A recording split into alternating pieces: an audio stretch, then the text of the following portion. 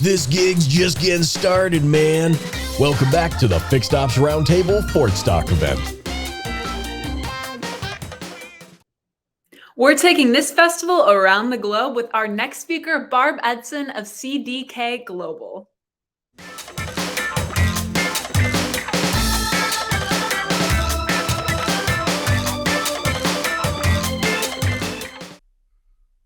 Welcome back to the Fixed Ops Roundtable. It is a great honor to welcome Barb Edson to the conference. She's the Executive Vice President and Chief Marketing Officer at CDK Global. Barb, welcome to the Fixed Ops Roundtable. Great to be here. Thanks for having us. Barb, you have got to see so much on your plate in terms of marketing. And, you know, it's amazing how Fixed Ops has really risen to the top in the last couple of years, the awareness. I was concerned when we started this 4.5 years ago that we wouldn't get anybody to show up for a Fixed Ops event. And that was a one-day event in my office, and now it's a 4-day event. So a lot happening, Barb, in this space. Absolutely. Absolutely. Yeah, we see obviously the service department, for dealers, it's critical, right, to their profitability and to their future success. It's so critical. Brian McDonald was here at the last event, and I shared some information with you in the green room before we got started, but we were just astounded at the number of repair orders that are open throughout North America on the CDK platform. So congratulations to you. What an amazing reach CDK has, and what a great time to be, in this industry.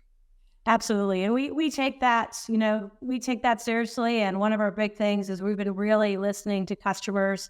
Brian did a recent blog that people should check out, just about some of our new announcements, but it really is grounded on listening to our customers and making sure we're providing not just products from a technology perspective, but true partnership.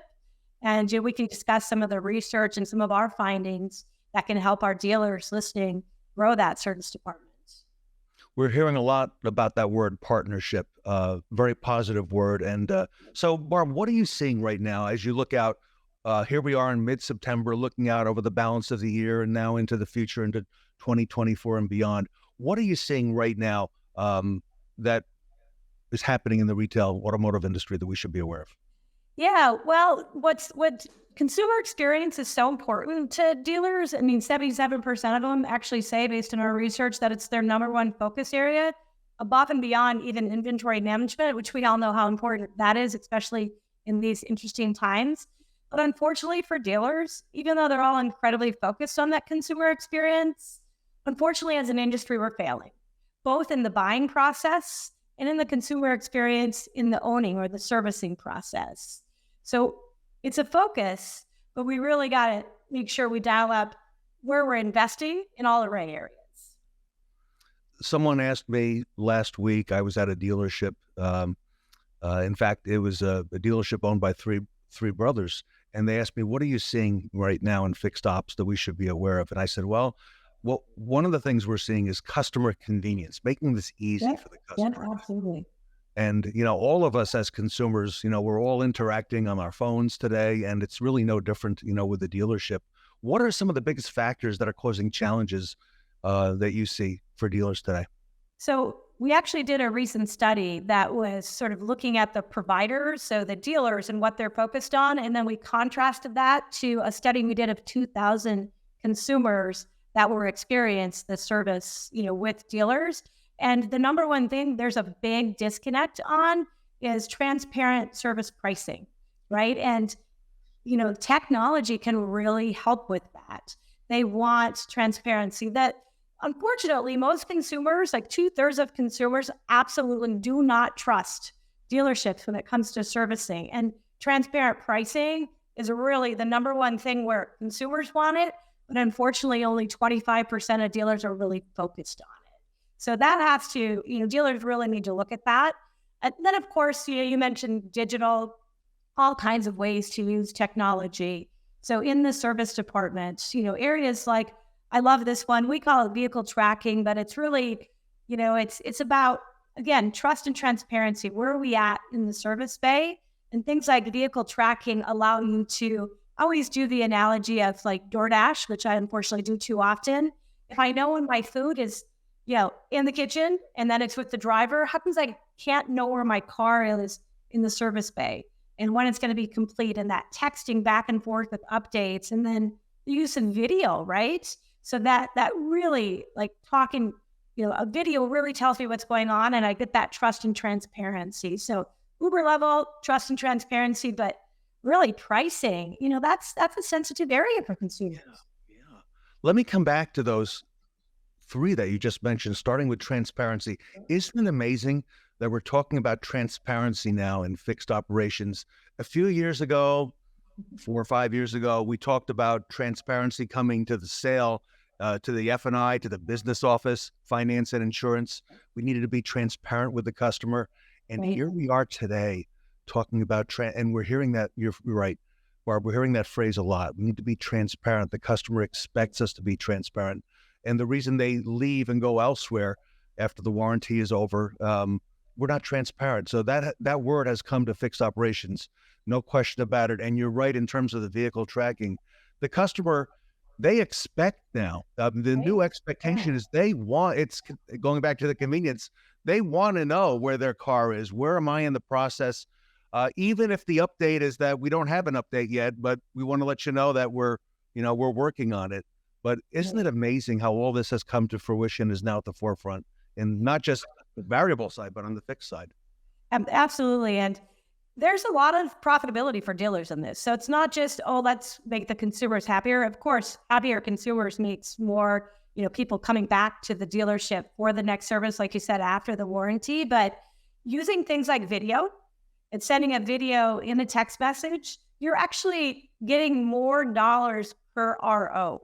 That's a proven statistic. So using something like video, then you're getting more dollars per RO. Your profitability is going to go up while your consumer satisfaction is going up. So it's, it's not just doing it for the sake of, let's do a quick text message. It actually hits the bottom line for dealers. It's really critical.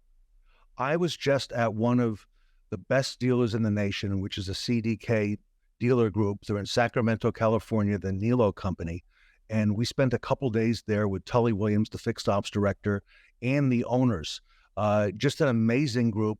9 dealerships and one collision center, so 10 areas, but they have 157 technicians, Barb, and they're all doing the video inspection, and they're sending it out to the customer so the customer can see it. And while we were there, what they talked to us about, the leadership there, was doing a better video on behalf of the technician, because we really want to grab that customer's attention. And the videos have proven to be a very, very effective way for a customer to see what the vehicle really needs. So getting behind video. And then there are dealers that are not even in the video world yet. How amazing is that? Right. Well, some dealers aren't even in the texting world or can't do online appointment scheduling that mirrors up with your capacity of the dealership. Those things are really critical. But you said something really key, that the service technician, and I know there's marketers out there, on the stream as well. And we also found in our research that not one of the number one things that consumers want in the service experience that dealers aren't dialing up in their marketing is talking about certified technicians. So they're factory trained, and you have certified parts. So many consumers, they're worried about price. So they assume, the franchise dealer is more expensive, which isn't always true. But you can get over that by talking about that certified technician and the certified parts. So critical to really throw that out there in your marketing and ensure consumers really they value that. And so you really need to build your brand and your perception around that. And as you know, that's hiring those technicians is a huge issue for dealers. And it's a personal passion of our CEO, Brian McDonald, and of CDK. We're investing in areas like Northwood University. It's really a big focus for us to give back to this industry. And we think investing in the training of more people into the industry, especially into technicians, is really critical, because that's a big issue for our dealers. We're speaking today to Barb Edson. She's the Executive Vice President and Chief Marketing Officer at CDK Global. Barb, we're talking a little bit about some of the things in digital retailing, but how else do you see digital retailing playing a role in fixed operations? You're mentioning the texting you're mentioning, the video MPI, being able to track the vehicle, the transparency and the pricing. How else do you see because digital is not going away. It's only going to get bigger, stronger. Yeah, so the other area that the dealers are really focused on, and although not in the top 3 for consumers, it's high on their radar, is connected car, right? So really understanding and being able to communicate digitally, through the connected car technology. So what do I need to have service? Those types of data being fed out to the consumer, but just as importantly, that data being fed in to the dealer from the OEM. So it's really a triage of information from the OEM to the dealer to the consumer, and it's just a continuous cycle. And so that's really critical in this digital transformation for dealerships. And the good news is dealers are really focused on this with their OEM partners, and consumers value that. They value it. It's in their top 5. It might not be sort of as critical as the price transparency, but it's definitely in the top 5. I agree. You have a lot of tools in the toolbox for dealers, okay, at CDK. Absolutely. Yeah, absolutely. So how is CDK partnering with dealers to help drive that business growth? Because we see a lot of growth in fixed operations, and we see a lot of studies, and they say more to come. Fixed is service, parts. That's where it's going to happen. Yeah, so we really, I guess I really love for the audience to understand that, CDK has really taken a very positive shift in listening to our customers. And one of those things is really providing that unified workflow across the fixed ops area, so that the workflow is just from everything. It's a seamless workflow. And we're even doing that in our packaging, right? So the technology's there. So we're providing a fixed ops suite now as part of our new dealership experience platform, which we launched. And the fixed ops suite is really, really a key part of that. And things like service pricing, things like video, texting, all of that is just built into a unified workflow. We feel so strongly about core fixed ops capabilities, things like service scheduling and being able to do that online appointment scheduling, being able to mirror the capacity of your service, department with the individual consumer scheduling, right? You can do that for everything else. You can do that when you schedule a haircut or a massage. Why can't I do that, right? For my car. We're actually putting that technology for service scheduling into what we call our foundation suite, which is the core of our new dealership experience platform. And what we're doing with that foundation suite is we are actually granting that to all of our customers at renewal. Because again, these new digital transformation technologies, unfortunately, what's happened is people bought, CDK software or other vendor software 5 years ago, and they're not yet using all the innovation that's out there. So we want to make darn sure they get all the latest and the best things, particularly in the fixed ops area with that service scheduling.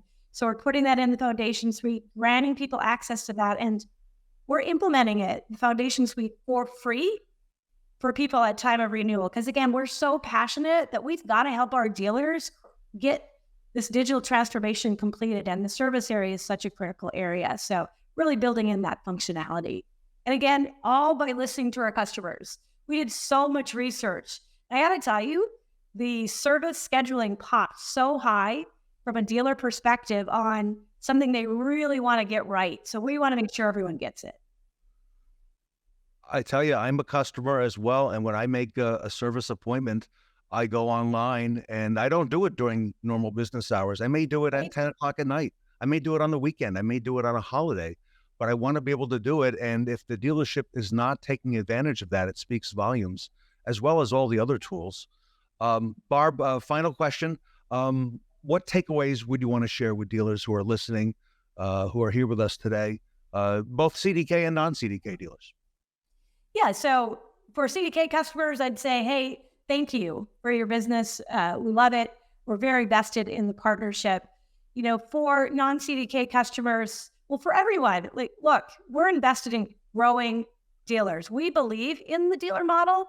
And I think there's a lot of myths out there about the dealer model going away. And I'll just share a quick statistic. So only 3% of people actually purchase cars online completely in the last year. actually 77% of them only did it like they did a hybrid model, right? So the dealer's not going away. They're here to stay. And particularly, obviously, the service area is going to continue to stay. But we're so focused on that dealer and making sure the dealer can be profitable across all the workflows, right? Not just in fixed ops, but across the entire journey. And frankly, that's a big focus of ours, is making sure from the buying all the way through the servicing and the owning journey that it's all connected, it's all unified. We do feel like dealerships are really struggling with what we call the swivel chair, right? A lot of competing, a lot of disjointed solutions, they're point solutions, they're costing dealers thousands a month that they don't need to be spending. So really look at having that unified workflow, a singular platform. It can be helpful. It's really critical to their future success. And then they don't have to focus on the technology. They can focus on what they want to focus on, which is providing that strategic, service to their customers, and let the technology help them bring that to the forefront. Very powerful. Barb, thank you. Barb, Edson, everybody from CDK Global, talking about what's happening now, currently, and the future of the dealership, particularly in the fixed ops department. So Barb, hope you come back again and join us. And on behalf of the fixed ops community, thank you so much for this time today. Well, thank you so much for having us. We really enjoyed it. Everybody, for more information, cdkglobal.com, cdkglobal.com. You can visit CDK there. Barb, Edson, here today with us at the Fixed Ops Roundtable. These are the best moments, when stress fades away and life can be enjoyed to its fullest. And helping people connect to these moments, that's what you do. Every day. Helping them find the car that's just right for them, with an easy flow from website to showroom to financing. Ensuring that their car runs safely. By sending reminders to show you're thinking of them and scheduling service that fits their busy lives. You're even helping keep their personal data protected. So times like these are worry-free. And we're here, behind you, every step of the way, through relationships built on years of listening and understanding. We bring the needed strength, knowledge, and experience to give you, our customers and partners, real peace of mind. Through our technology, we unify dealers, manufacturers, and software developers, sharing expertise and boosting collaboration for everyone's benefit. And by envisioning a future of innovative solutions, open platforms, and shared outcomes, we can shape our industry for years to come with the experiences consumers want. We don't take this unique opportunity for granted. The chance to do something truly special, to work at the heart of this industry, connecting it at every level, and taking it to new heights. We make the connections that move you. So together, we can create more moments like these.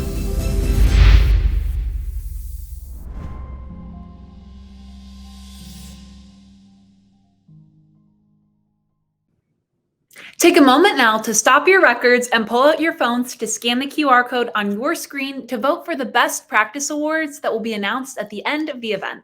Remember, every vote counts, so make sure to vote for the 5 speakers or panelists whom you think are the best and most rad speakers on the Fixed Ops Roundtable. And don't forget, you can only vote once. Hi, I'm Darin, President and CEO of BG Products, and I'm excited to show you why BG Products is the ideal partner for dealerships around the world. For 50 years, BG has led the industry with innovative solutions to automotive challenges, but it takes more than great chemistry to be the industry leader. Today, we have over 50% of the market share among new car dealers in the United States.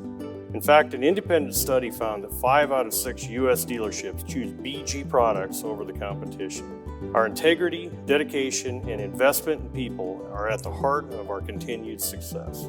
BG maintains the highest standards for quality assurance, environmental management, laboratory competency, and health and safety management through our ongoing certification with ISO. Our BG Proving Ground experts are dedicated to field support and advanced automotive testing. The facility includes 9 full-service automotive bays and 3 dynos, which provide real-time data. This comprehensive testing fuels our constant drive toward innovation. From service and parts managers to service advisors and shop technicians, BG is committed to the ongoing training of automotive professionals. Award-winning digital training solutions like BG Certified, the BG Tech app, and the BG Advisor app are available 24/7 in the palm of your hand. BG reps get first-hand experience through our internal training program called BG University at our headquarters in Wichita, Kansas. These reps in turn provide comprehensive training to your staff in person right on your service drive. 30 miles away, sitting on 40 acres in El Dorado, Kansas, are BG's manufacturing facility, distribution center, and tools and parts warehouse. BG's custom-built, one-of-a-kind manufacturing facility spans the distance of 3 football fields and is where high-quality BG products are manufactured and packaged. Just south of Wichita, in Derby, Kansas, our BG Automation Division and Certified Machine Shop manufacture the BG tools and equipment that are a crucial part of each BG service. BG doesn't stop in Kansas. We provide what no other company in our segment can: dedicated, full-time BG experts in dealerships across the world on a weekly basis. Our BG distributor network spans the globe and is supported by a hard-working corporate team in the Midwest. With award-winning training, unbeatable customer retention programs, and accessible local BG reps, we ensure that BG distributors have everything they need to support you. BG is your partner beyond products.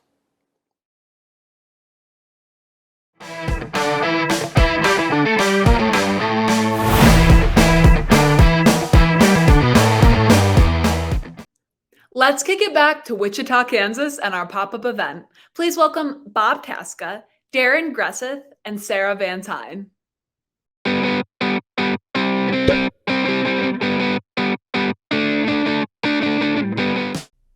Welcome to the BG Products pop-up event. We're here live with the Fixed Ops Roundtable in Wichita, Kansas. We have some incredible guests with us today. Gentlemen, please introduce yourselves to our audience. Okay. I'm Darin Greseth. I'm the President and CEO of BG Products. I'm Bob Tasca III, Vice President, Tasca Automotive Group. Prior driver of the BG Mustang. When I arrived here at the BG World Headquarters, Sarah was in my fire suit. Darin informed me that she'll be driving this weekend.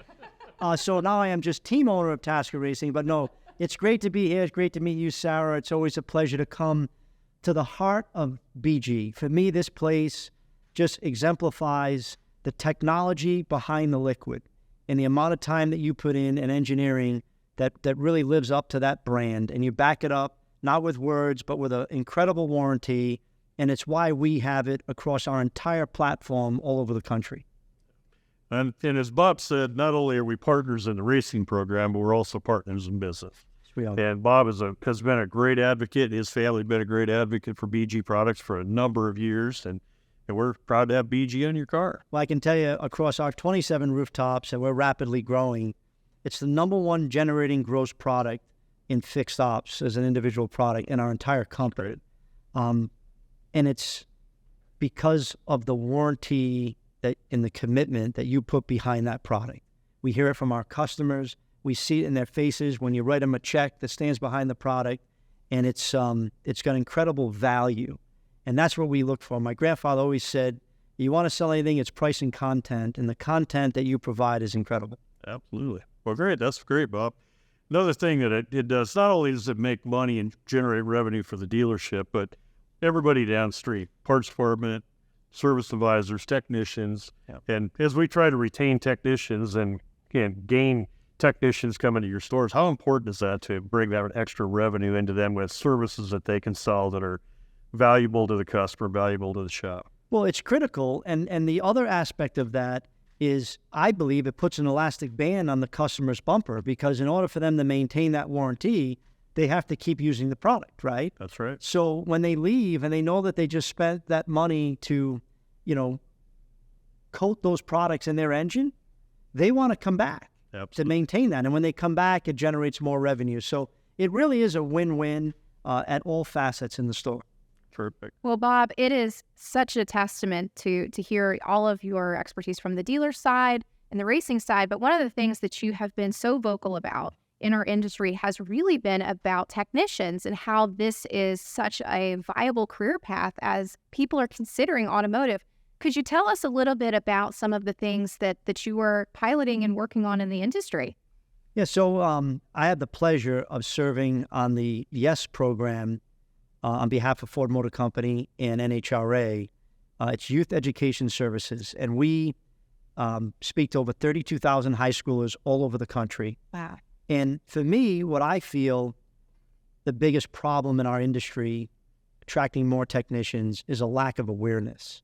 And that starts at the guidance council level, like not understanding the incredible career path we have to offer young guys and gals across the country. And when I'm in front of these high schoolers, juniors and seniors, I like to share what I feel is maybe 3 of the more significant points of why becoming an automotive technician is a great decision. First and foremost is, I always get the question, how much money are you going to pay me, Bob? Okay. I hear the pitch. I'm interested, but what are you going to pay me? And then I say, more importantly, how long is it going to take you to get to the top, right? And I look at the kids in the eye and say, listen, I can introduce you to people in our company 5 years or less, either earning or well on their way to earning a $100,000 career. And that's kind of unparalleled. With little to no school debt whatsoever. A lot of dealerships, as we do, will sponsor kids at certain boat technical schools. So shortly after high school, you can be well on your way to earning a 6-figure plus career. Second thing that I talk about is job portability, because life changes fast, right? When you get out of high school and, you get married, have kids, and you got to move. And you invest 5 to 10 years in a career, and then you got to go move to another part of the country, and you can't find a job. Well, in our industry, if you're a certified technician, you can call pretty much any Ford dealer anywhere around the country. They'll most likely pay to move you and give you a raise. And if they don't, call me, because I'll find plenty that will, right? So the demand has never been greater. And then the last piece is what I call career stability. It's a fancy way of saying when a recession hits, am I going to lose my job? And the truth be told, when the economy gets challenging, we may not sell as many new Fords, right, but we're going to fix more of them. And I really believe at the end of the day, there's no industry that is more recession-proof than a certified technician. And it's just a privilege to be able to share that message. I know we've hired thousands and thousands of technicians across the country, and I'm going to continue to do that. Bob, it speaks volumes how passionate you are about this endeavor in the industry. And Darin, I think it ties into a lot of the things that BG Products is doing when it comes to empowering people to learn. Could you tell us a little bit more about the proving ground and some of the things that you have from a training perspective? Sure, absolutely. So to start off with our proving grounds are our automotive test facility, and it's actually behind the wall here behind us. Everything that we put in the field, especially new, we want proof of concept. If it's a new tool, a new product, when I go back to Bob's store and we're pitching a new program that we're doing, we need to have data. We have to have the ability to go back and say, okay, here's what it does without, here's what it does after we use BG on it. And if we can prove that data with dynos, with compression tests, with pictures and photographs of the injectors and all the different pieces, that I can go back to Bob and say, this is why BG is the right choice for you. So not only are you building a product and a service that we can sell, but you can do it with confidence. And another part of it, Sarah, is what we call BG University. And we have about 800 sales reps in the U.S. and Canada, and then another several thousand around the world in different countries. And we have kind of the train-the-trainer model. And we'd love to have every technician, every service advisor from every shop in the country come through BG and do what we're doing today, but it's not very feasible. So we do a train-the-trainer model, and we teach our team everything that they need to go to know, so when they come back to your shop, they can effectively train your advisors. They can teach them all the different aspects of the products and why we should use them, what happens with the vehicle, condition, cause, cure type of sales approach, and then really teach the technicians how to use all the equipment so they effectively and efficiently use products on a particular vehicle to add the most value for the customer. Well, Bob and Darin, y'all have really driven home the importance of learning. Bob, what do you think dealers should be focusing on today as it pertains to continuing to develop their people? Are there initiatives that you're working on in your dealerships that you think would be really successful across the industry? Well, I think it's just, paying attention to your tech base. We have a fixed ops call once a month across our platform, and I go around to every single service manager. I want to know where they're at with their team, how many technicians are in the pipeline, where they're at with their reviews with their technicians, and really challenge them. I mean, at the end of the day, you're not going to get better if your people aren't more developed and trained, right? And you're going to lose them if you're not pushing them. So I would strongly advise, all the dealers watching to, put their team in a position to win. You do that by having great equipment, great facilities, dispatching, great write-up process, all of the mechanics that put a technician in a position to win, and then hold them accountable to their training. And that's what we do across our platform, and I'm very proud. Our same stores, year over year, we're way up in technician count, where a lot of people are down. Right. Well, Bob and Darin, so tying right into that, what are some strategies that a dealership can do that maybe aren't monetary to help incentivize technicians to want to stay at the dealership? So, I mean, for me, I think you got to give them a great environment. They got to be happy coming to work every day with the best equipment and people around them. And then at the end of the day, I think it's, people want to be challenged. I really believe that. They want to be challenged. They want to see the opportunity. They want to see where they put the work in. They do get the monetary rewards and just appreciated for what they do. So I don't think there's no magic wand that you're going to, wave that fixes everything. But just paying attention to your team and your people, that's what I would suggest.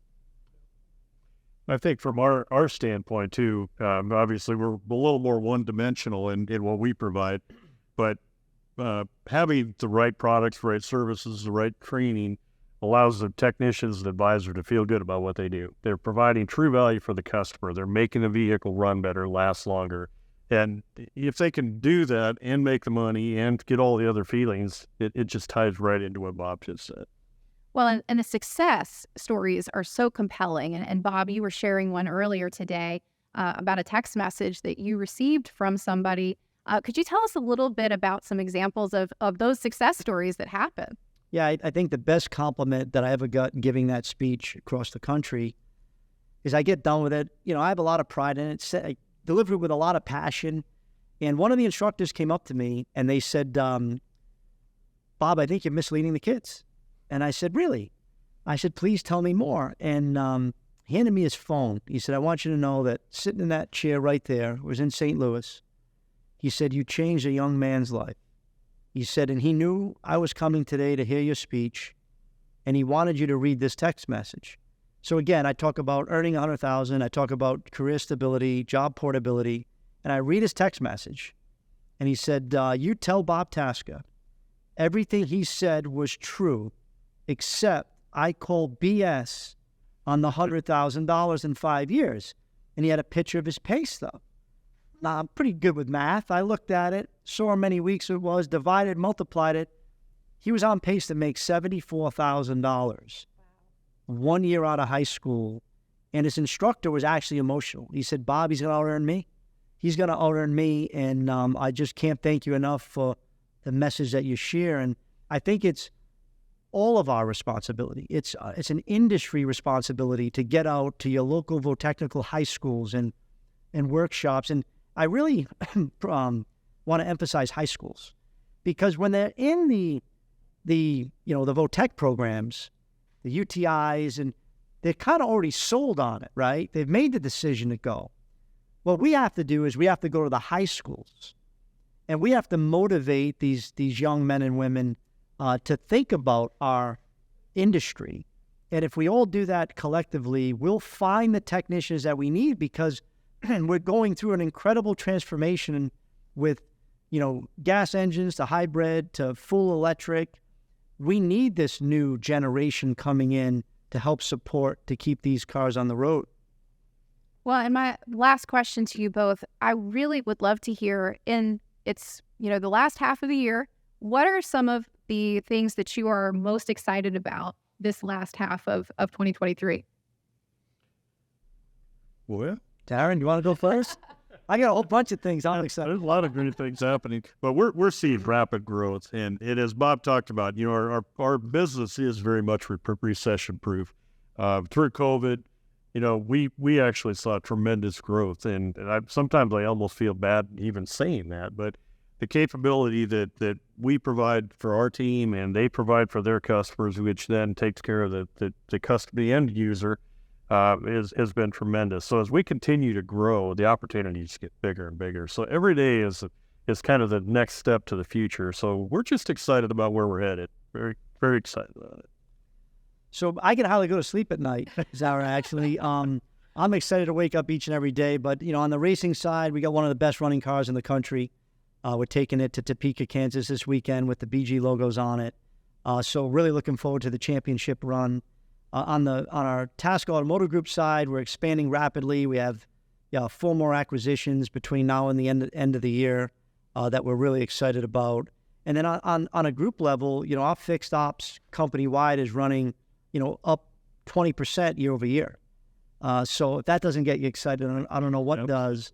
So we have a great momentum going into the back half of the year. So I have big expectations about finishing out 2023 strong. This is so exciting. And well, gentlemen, on behalf of Teddings and the Fixed Ops Roundtable, thank you both for sharing so much with us today. And everybody, thank you for tuning in. I'm Sarah Vantine. Stay tuned. Fixed Ops Roundtable. We're at the pop-up event at BG Products in Wichita, Kansas. Stay tuned.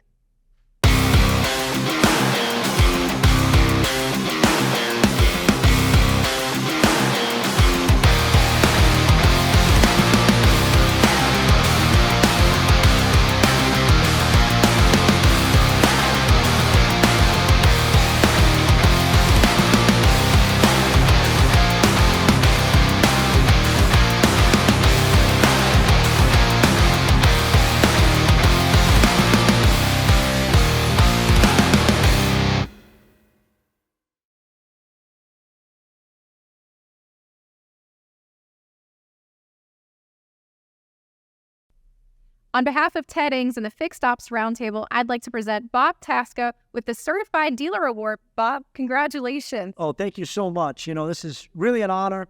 I remember the first time Ted called me, and I'm like, who is this guy? Like, he's very persistent. I don't think I called him back the first time, but it really is an incredible thing that he's doing, and the message and the content that he's sharing around the country. It's a real honor.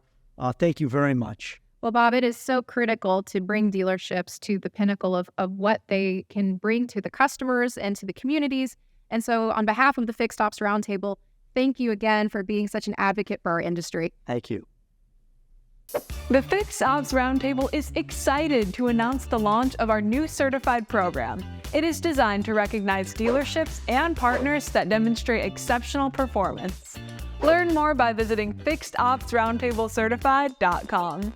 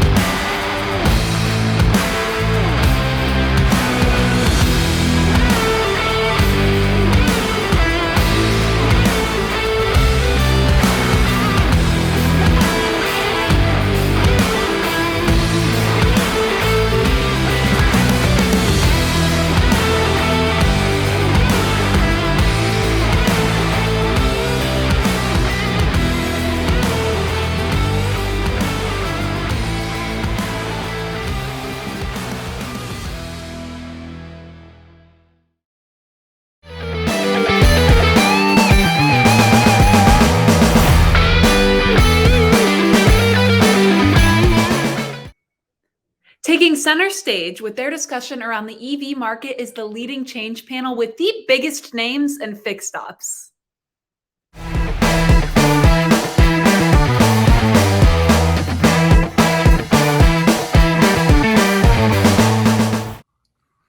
Welcome back to the Fixed Ops Roundtable. It's a great honor to welcome back the leading change panel.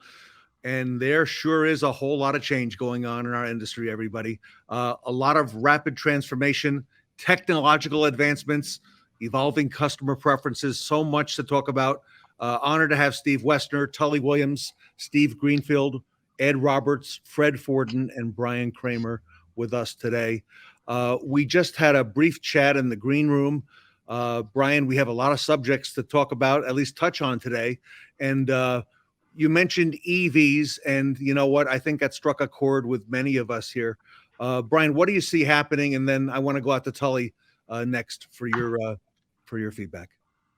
Well, I see two different push and pull mechanisms, if you will, with EVs. I see a push coming from certain OEMs and from certain parts of government and regulation that want this to happen.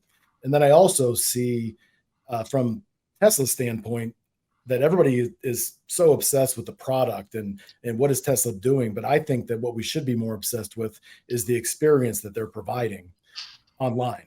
I think that that's a very understated statement, that a lot of people think that it's just because of an EV. But I think that what's happened is, just because they've had the one super chip and there's been a lot of availability, that they obviously got a head start. But what they also did is similar to what Carvana did and what CarMax did, is a lot of dealers allowed their consumers to experience that experience. And I think that when a lot of them come back into the market, the ones that are still charging a lot over MSRP or have a disjointed, because I think a lot of us went away from digitizing our process like we did during COVID and went back to an analog process. And I think that if Tesla consumers come back into that process, I think there's a high likelihood they're going to defect back to Tesla simply because of the amount of time and the friction that it takes to buy a vehicle in many dealerships versus Tesla. And I think that's what a lot of the OEMs are facing. They want to go electric, but they don't have a process that reinforces it or might be able to compete with Tesla's process. Tully Williams in Sacramento at the Nilo Company. You are leading the charge there in the state of California. Talk to us a little bit about EVs. So, EVs, you look at last year, we were the #1 EV seller in a lot of our brands. But I think that as you see the EV market cool off a little bit, I think that the initial surge of all these customers that wanted to have it first or just be in it have stabilized off. As you see, our inventories are growing. And manufacturers are a little worried about that, as their customers, I think, that are realizing that EVs have a place in society, but there are a lot of people who are worried about making that their everyday car. And the big thing also is charging units. Charging is a big deal. I mean, a lot of times chargers don't work. And if you don't have a house with a charger, or if your work does not provide charging, it can be difficult for customers. And we're seeing that. We're seeing our EV sales drop. As if you look at our Volkswagen, we were probably 80% EVs there for a while, if not more. And now we're down to where, we probably sell 20 or 30 a month compared to what we did, because, they're a great car and all. They have also had some bad slack. If you look at the ratings of EV cars, they're one of the lowest when it comes to repairs. Now, it's good for fixed. We have great recalls in all these cars, and most of them are software fixes or something of that nature. But I think EV has a long road ahead for success. Steve Greenfield, there's probably nobody more in touch with what's happening out there in terms of EVs and the future than yourself. What are your thoughts? Yeah, I think Brian and Tully are right on, living on the front line of all of this. But the only thing I would add is that, we are about to conduct this experiment to test what actual consumer demand is. And if you believe Automotive News, we're going to see 150 new EV models over the next 2 years. They're going to be building and try to satisfy need within every single segment. And, as I've told people, and I tell people on stage frequently, if you've got a friend who wants to buy an EV, just wait 9 months. The incentives are going to be monstrous. I think there's going to be some of these EVs that get built where there just isn't consumer demand. There's only so much appetite for fleets. And as a result of that, you're going to see really strong consumer-facing and dealer-facing incentives on EVs. It'll be a good time to be an EV buyer. But I fear the flip side of that is we are going to overproduce. And we're going to see what natural demand is, but I don't think the demand is going to be as much as some of the OEMs predict. Steve, Tully mentioned the charging aspect. What are you seeing on that front on EVs? Yeah, so we saw, first quarter of this year, JD Power did a survey that was very, very widely publicized that 21% of the public chargers aren't available, and that could be that they're down, there's a software issue, the handshake between the car and the charger doesn't work, etc. Comparably, 4% of the Tesla charging network wasn't working at that time, over that time period.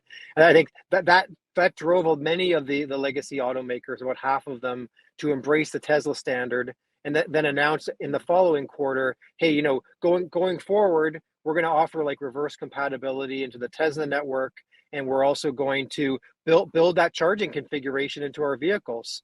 And I think that's a scary prospect when you run headlong into the standard that's being built by the primary competitor. It allows Tesla to monitor who's charging from these competitive cars, potentially even throttle, the charging speed. If I own a Tesla, I may have access to a faster charging speed in the future, and charge more also. We may find, a little bit of arbitrage where if I'm driving a GM or a Ford and I show up at a Tesla charging port, they may charge me more in the future. But you also understand why the legacy automakers are saying, look, if one of the big resistors here is that we've got charging infrastructure issues, and 1 in 5 chargers don't work in America, what's the path of least resistance? Let's go to the charging network that does work, that's got 18,000 locations already out there, and that there aren't complaints around. And I think that's done it. But it'll be like the standards that we've all lived through, going way back, VHS versus Betamax, or who's going to own the digital camera. Any of these standards wars, we're going to see play out in real time here, and there will be some ugliness and messiness as a result. Brian Kramer, let me come back to you as a follow-up, if I can. Were the OEMs a little bit too ambitious and perhaps overestimate demand on EVs? Well, I think there's two things that nobody took into consideration, or maybe didn't take enough into consideration. And I think one of them is the learning curve for dealership associates to be able to make the transition. I'm talking frontline associates, advisors, salespeople, to be able to learn EVs and be able to not switch customers back. I mean, you see it in sales where if a used car salesperson greets a customer, they're going to talk them into why they should buy a used vehicle. And if a new car salesperson greets a used car customer, they're going to do the opposite and tell them my leasing makes sense or whatever. And I see the same thing across the whole country where everybody's, why do you want EVs? Kind of like what we used to do with hybrids, right? So I think that's the first thing is the education. Whereas if you go into a Tesla dealership, for instance, or a Lucid dealership, that's all they know. And that's, they're there to really to educate, not to persuade. And the other thing is the volatility with used car values and trying to take these things in on trade. The management, I don't think, was prepared enough for that. 60 days is way too long. You can't take that into consideration. There's a whole different strategy involved with that. It's so volatile, and they can just change MSRPs. And next thing you know, there's a ripple effect throughout the whole, and it goes from 30-day market day supply to a 216-day supply overnight. And I think it's something that's not talked about enough. Yeah, Brian, great points. Ed Roberts, you're in Florida. You're on the front lines. Very busy dealership at Bozard Ford Lincoln. What are you seeing? A couple things have shifted. One, a few months ago, our customers wanted to experience EV. And the reason they wanted to experience it is because if it fit, they wanted that tax credit. Now we've overcomplicated the tax credit, and they can't figure out themselves whether, do I get this, do I get that, do I get the other? So that's pulled some customers back as well. And yes, if they lease it, there's different things that comes into that where it works out for them, but they don't know those things. They're uneducated. So now it has shifted from the customer wanting to experience an EV to us needing to introduce the experience of EV to our customers. And that's a big part of the changes with the tax laws on it. Yeah, great point, Ed. Fred, what are you seeing from your perspective? Well, I think Brian hit one of the major buttons, in his first go around here, which is the experience. The Tesla, the customer's historical experience of us as an industry and a group of dealers. Let's face it. I mean, we know the uphill battle we've been fighting for the last 40 years to get people to trust us, to have them look at us as an organization that operates with integrity. Well, that hasn't necessarily disappeared, regardless of how hard we try. Tesla came along and created such a dynamic experience up front that the loyalty factor, one of my business partners and one of my other businesses, I fly to Memphis to spend some time with him, and he loves zooming around in his Tesla, and He is as hooked as a heroin addict on the street in the Bowery. I mean, it is just, he is in love with that company, and he's not going to change. He thoroughly, the fact he took his family, they went on a trip.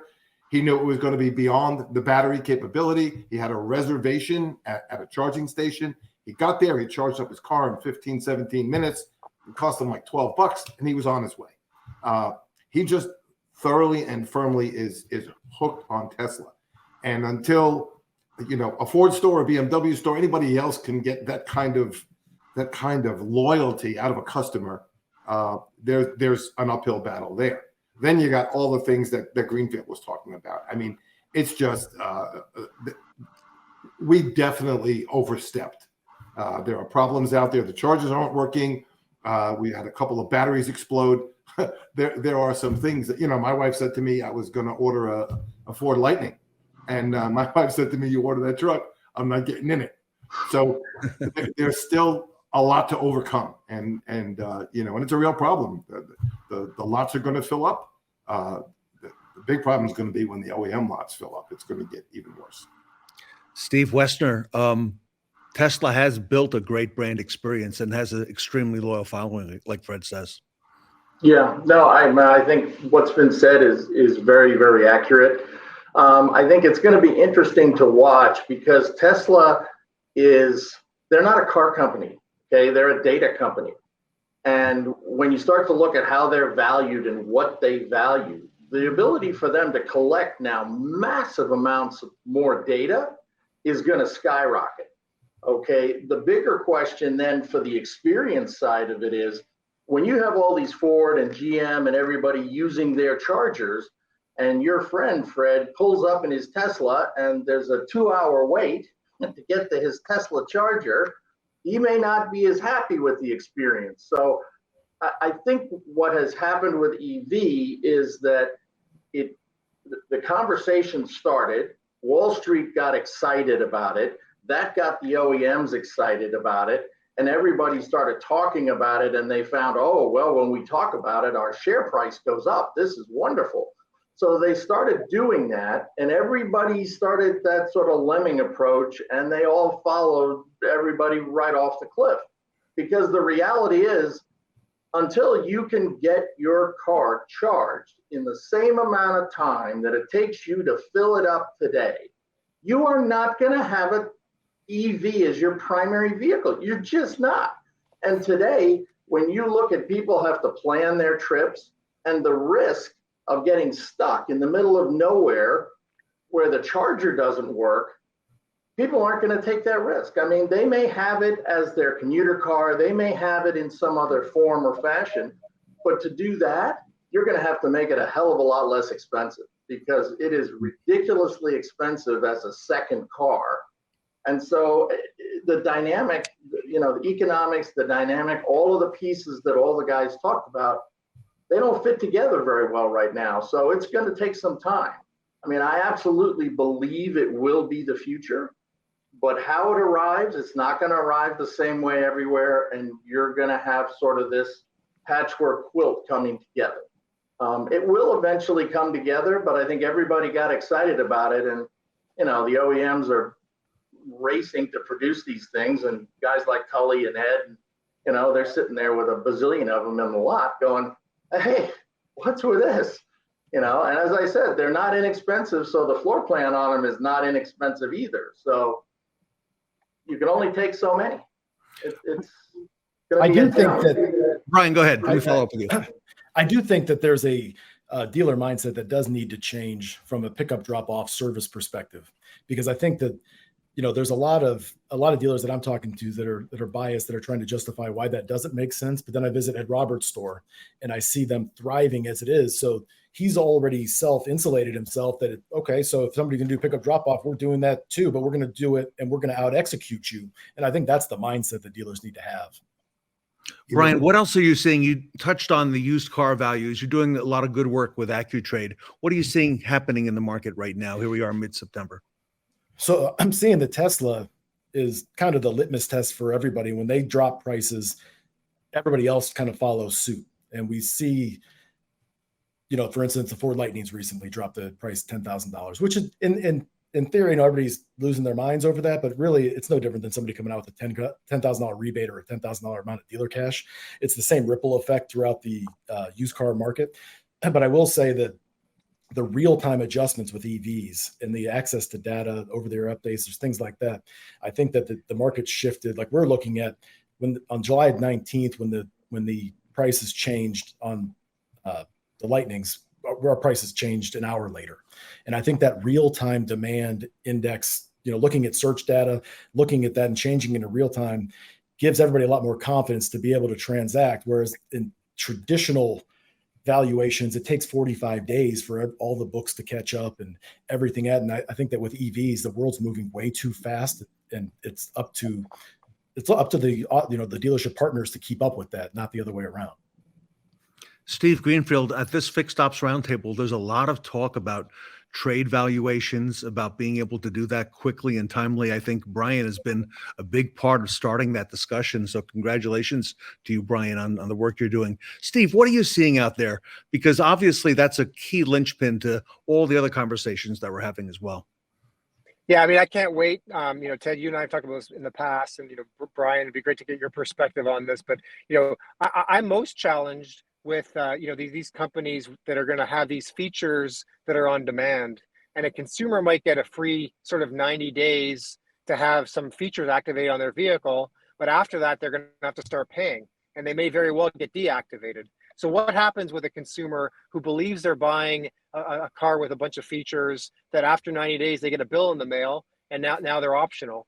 And more importantly, in Brian's world, now you're taking a vehicle in on a trade-in, and that poor trade appraiser doesn't know which of those features are going to be deactivated when the consumer, after they've traded the vehicle in, goes back to their home and cancels all those variable features. So we're entering a new world where the car I'm looking at may or may not be equipped the same way the very next day. Ted, there's one more piece to this, and that's the OEMs are tasked with, they've got dates coming up in the late 20s and in the 30s where they've got to handle the internal combustion regulations, and it was by percentages of what you build. It wasn't just all cars by an X date. Well, they counted on the electric vehicles to take care of that, and if the vehicles don't move at the pace that they expect them to, they're not going to meet the regulation dates that they're going to come up against. So there's another whole view that's, we haven't even touched on yet, that in the future is very problematic for them. Yeah. Interesting conversation. Tully, your thoughts on that? I think that the regulation in California, we're supposed to be pure electric by 2030 or whatever it is. But, reality is that I don't see that happening. I see that if customers are not embracing it or the infrastructure is not there, it's not going to happen. I mean, unfortunately, voters can vote their peace of mind. Yes, we all want electric cars. We want to save the planet. But the overall view is that realistically, can we drive and go on vacation? Can I drive to the coast? Can I go to Tahoe? Can I go visit, can I go visit Ed in Florida? I don't think that's there yet. We are seeing Shell stations with charging units. We're seeing people try to get there, but we are in a unique environment. California is, very pro this. And we're already seeing, Volvo with a massive amount of electric cars. Their hybrid cars work well. Their plug-in hybrids are positive. Why? They get the electric feeling if they get that 40, 50 miles or more, but then they also can go on vacation in their car because they can put gasoline in it. So, I think we all talk about the future. Yes, the future is not tomorrow's electric. I think electric cars will still be those people that want to take those risks and have that excitement or fits their lifestyle.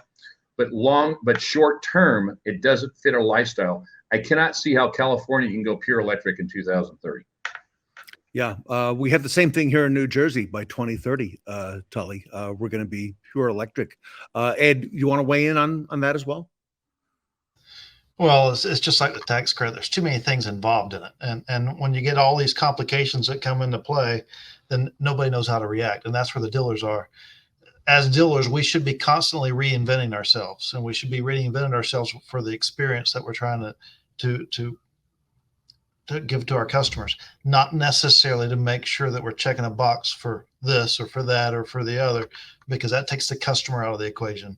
And anytime, like Stephen was talking about with the subscription-based stuff, anytime that things are going to work one day and not work the next without any explanation, and maybe there's a pop-up screen or whatever else, that's going to overload the service department. Well, ever since I've had it, it's worked just fine.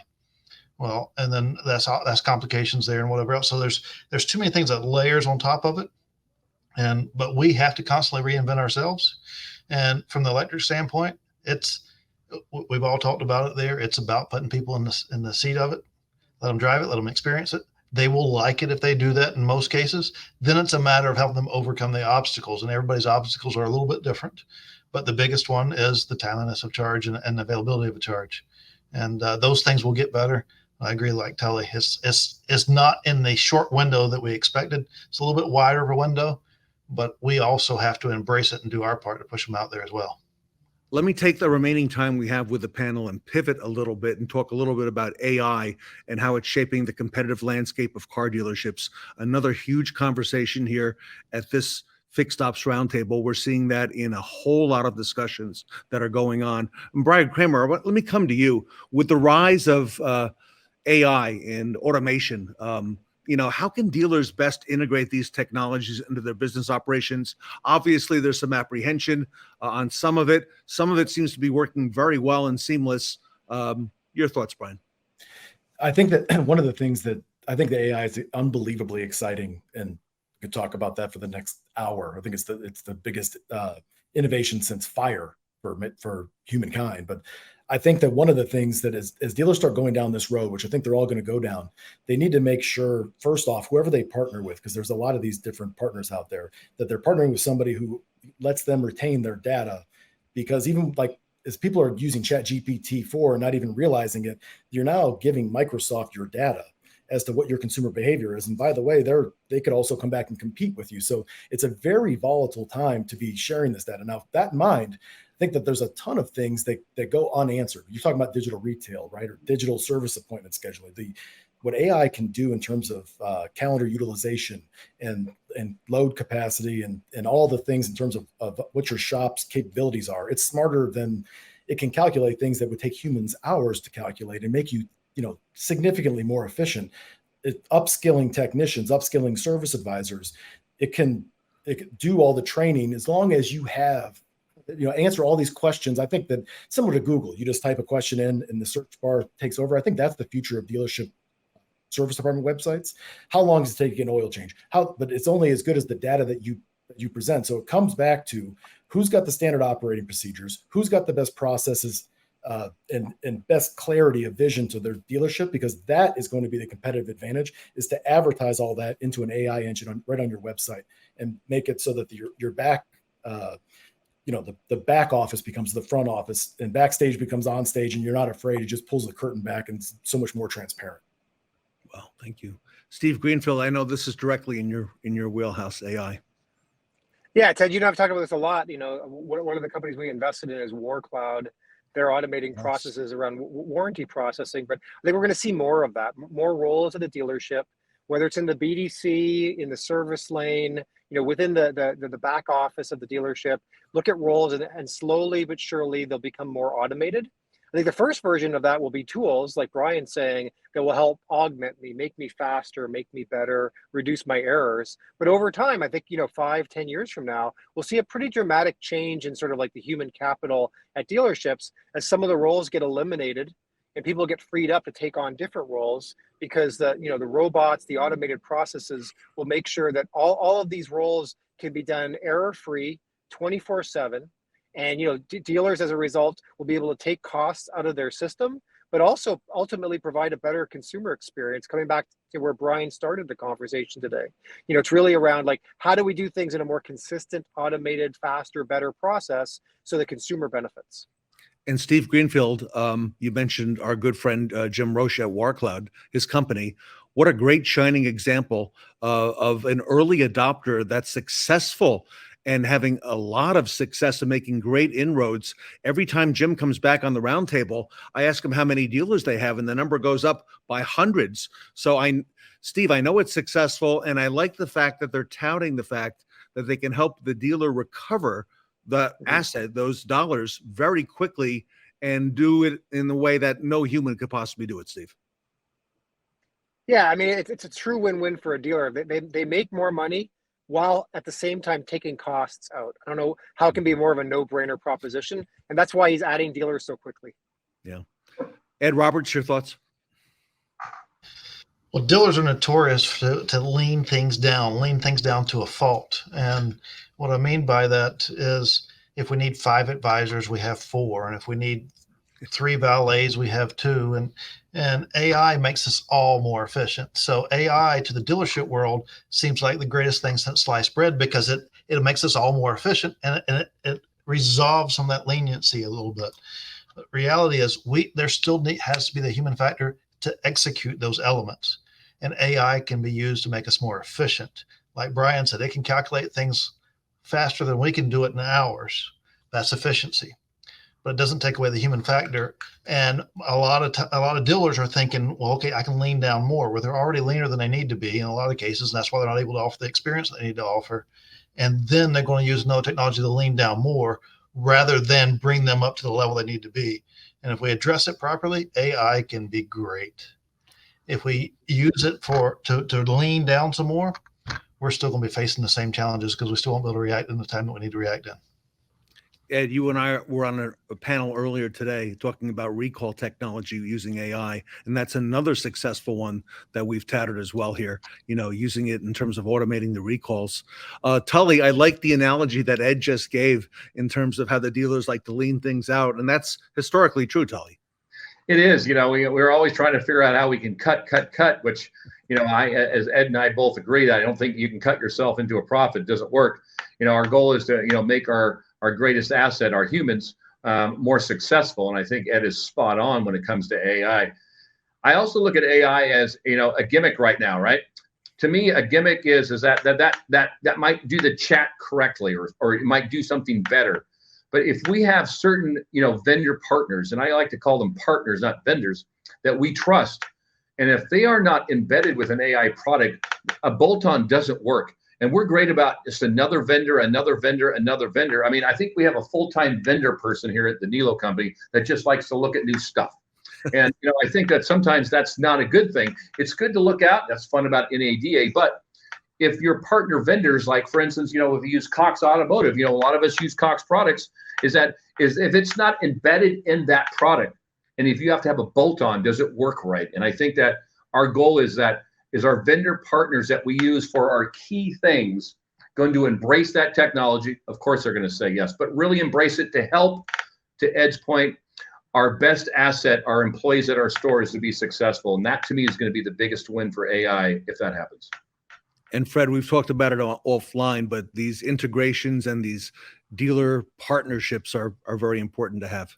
They are. And Tully just tickled an item that, from my perspective, and, my son Charles and I are actually, we're looking at this.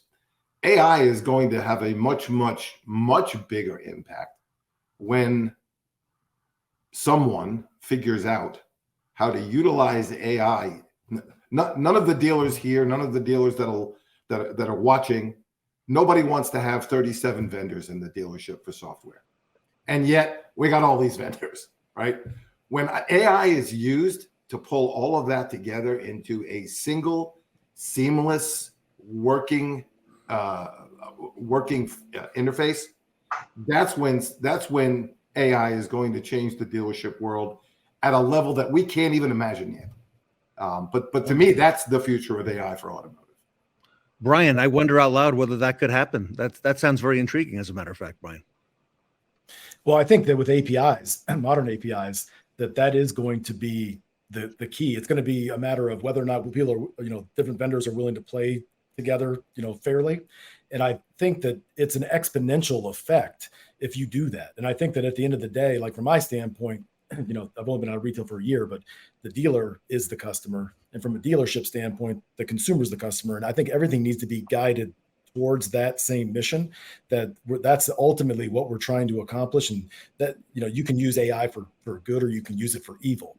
And to, like Ed was saying, you can use it to lean something out and eliminate people. And I look at it as, like Steve was saying, amplifying people's abilities and giving them a superpower. If somebody's not good at detail-oriented things, it's going to take somebody who that's their weakness and make it their strength.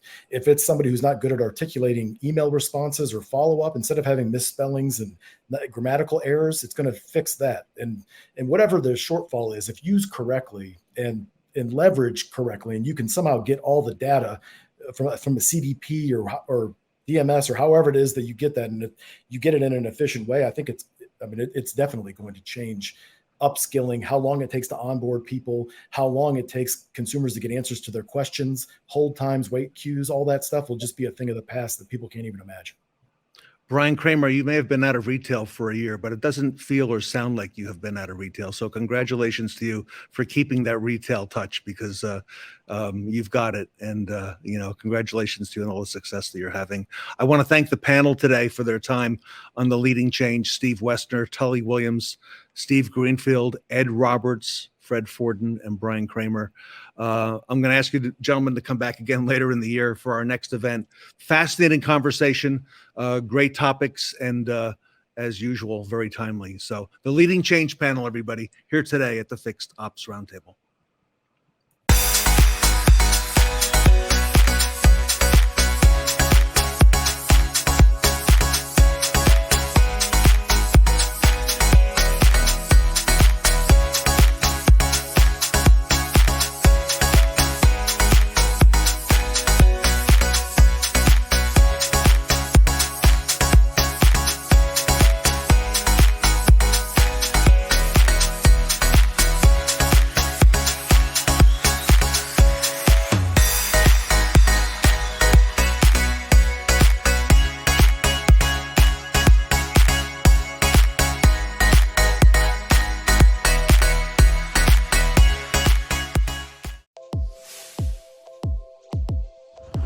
You know that feeling when a wave hits you?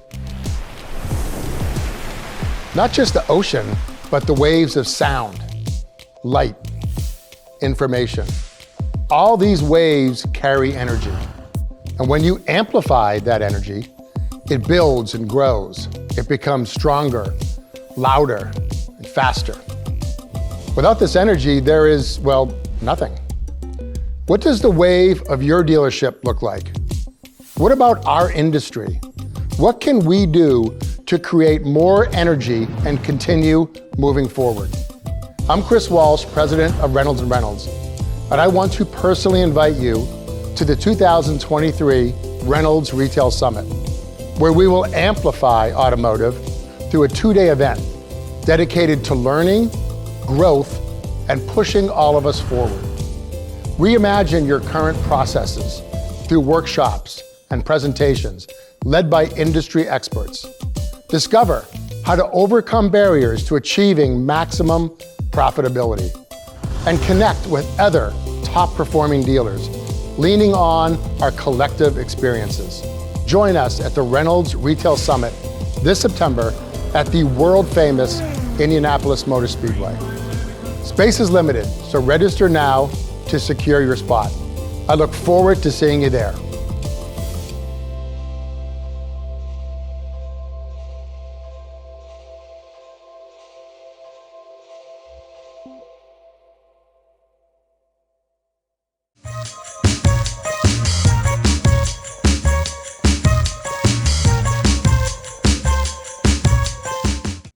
Improve your groove with the Reynolds Advanced Service Panel as they shine a spotlight on how you can upgrade your service drive.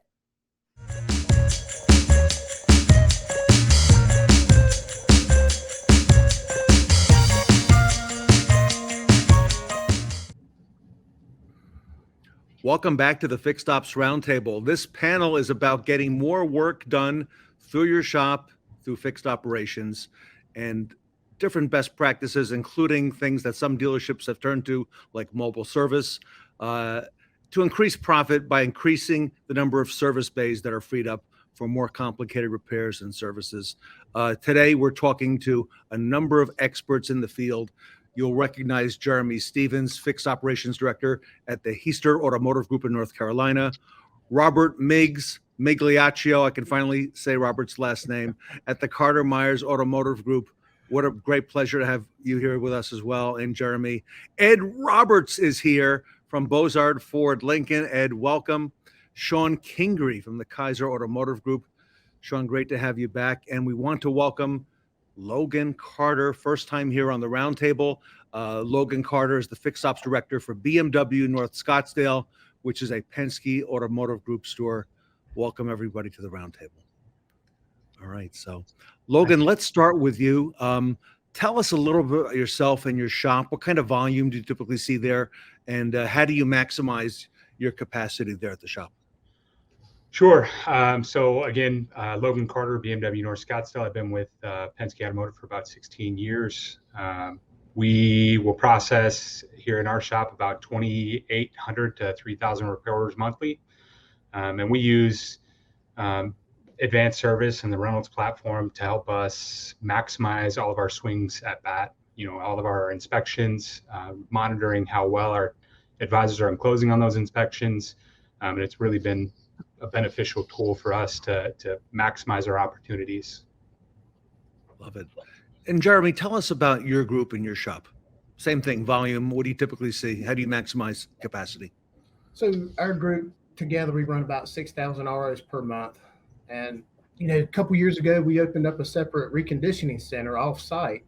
So I was able to, pull all those cars out of my main shop and able to just to, funnel more customer pay work in the shop. So that helped out. We got 8 technicians at that reconditioning center. So it still keeps the machine going and still keep my customer pay numbers going.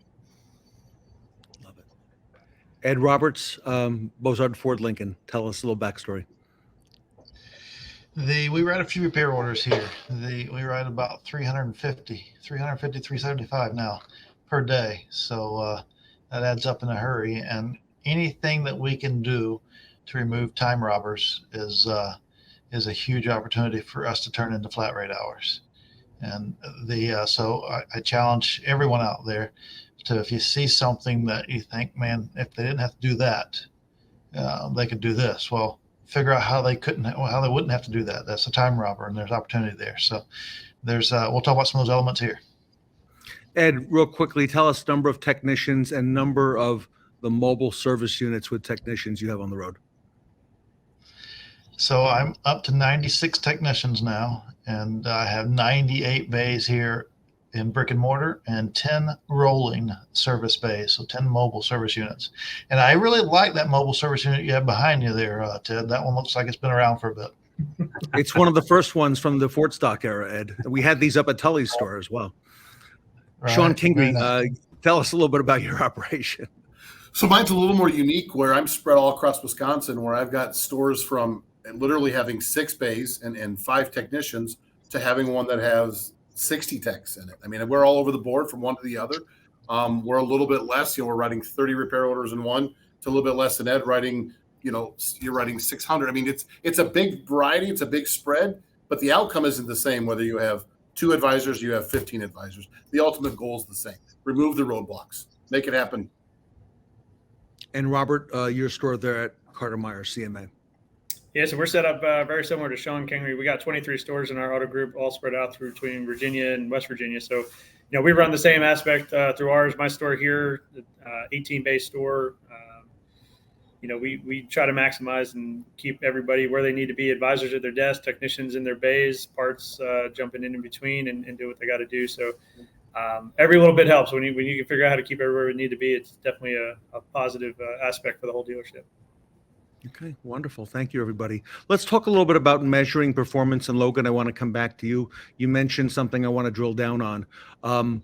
You use advanced service from Reynolds, and you're able to see exactly how your techs and your advisors are performing, how they're doing or how they're not doing. How has that made your operation better and more successful?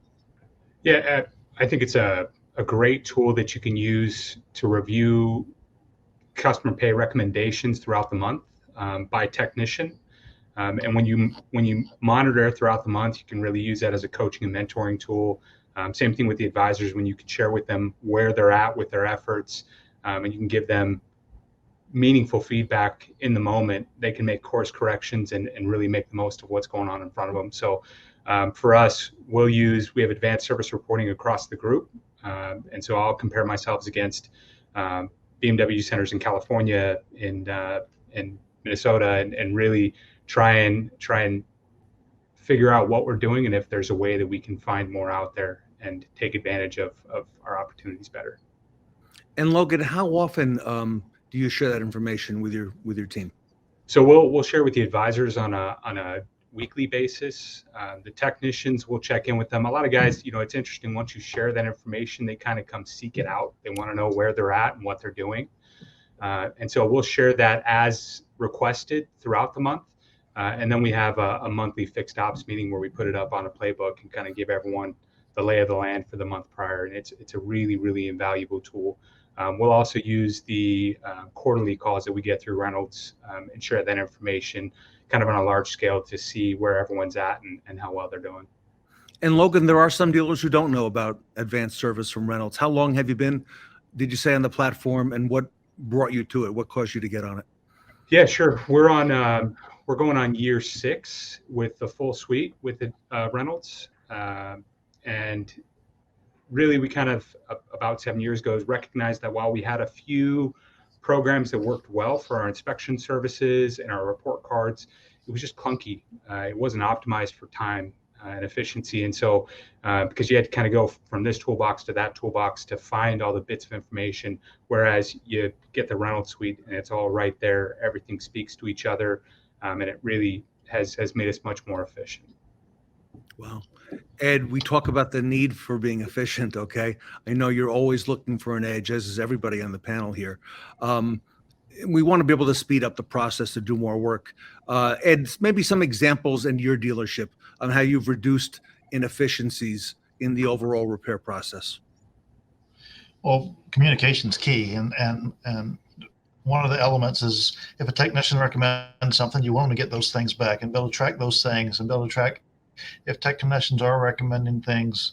And because if a technician's not turning hours, he's going to quickly come tell you, hey, I'm not making anything happen. And having advanced service allows you to be able to drill down to not only if the technician's doing some things, if they're recommending things, but also the closing ratio by advisor for that technician, because it could highlight that there could be a confidence issue with that technician with the advisor. So anything that you want to measure, anything that you want to improve, you have to measure to be able to improve it. And because it may steer you in the right direction. They may not have confidence in him, or he may recommend the same thing over and over and over again. Great technician, but only wants to do these 3 things. And advisors will run from that. So in order to create the efficiencies, you got to have a process for things to flow and to be able to measure and tie in all those elements together. So you got one place to go look for them. Helps us immensely.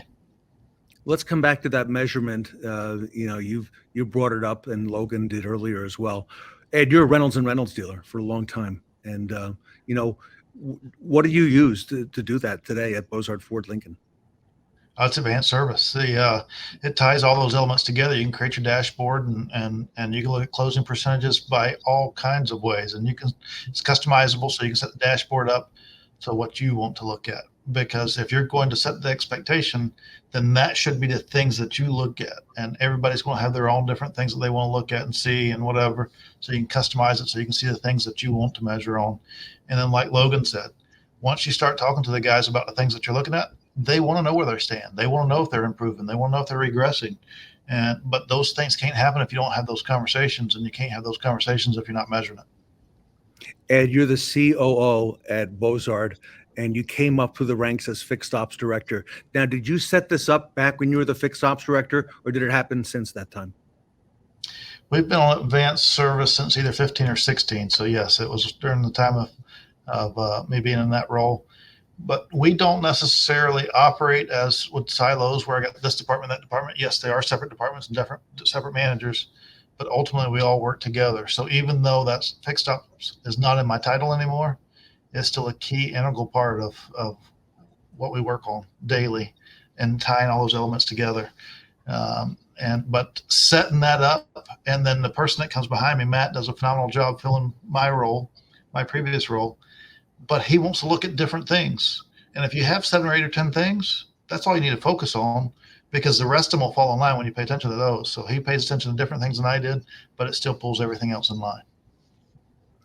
Jeremy, at your dealerships, how do you measure performance, and how often do you do that with your people? Well, I'm already a little jealous because I don't have just one dashboard that magically pops up on my screen. So I'm a little jealous now. That's pretty cool, because I do have to work out of 2 or 3 different toolboxes to get some measurements on that. So I'm already intrigued now.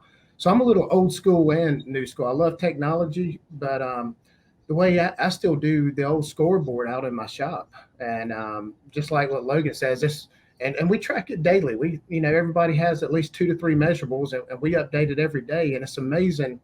If you miss one day, your employees will hold you accountable for it. It's like, hey, and because they know they won the previous day, so they want to see their name up on that list.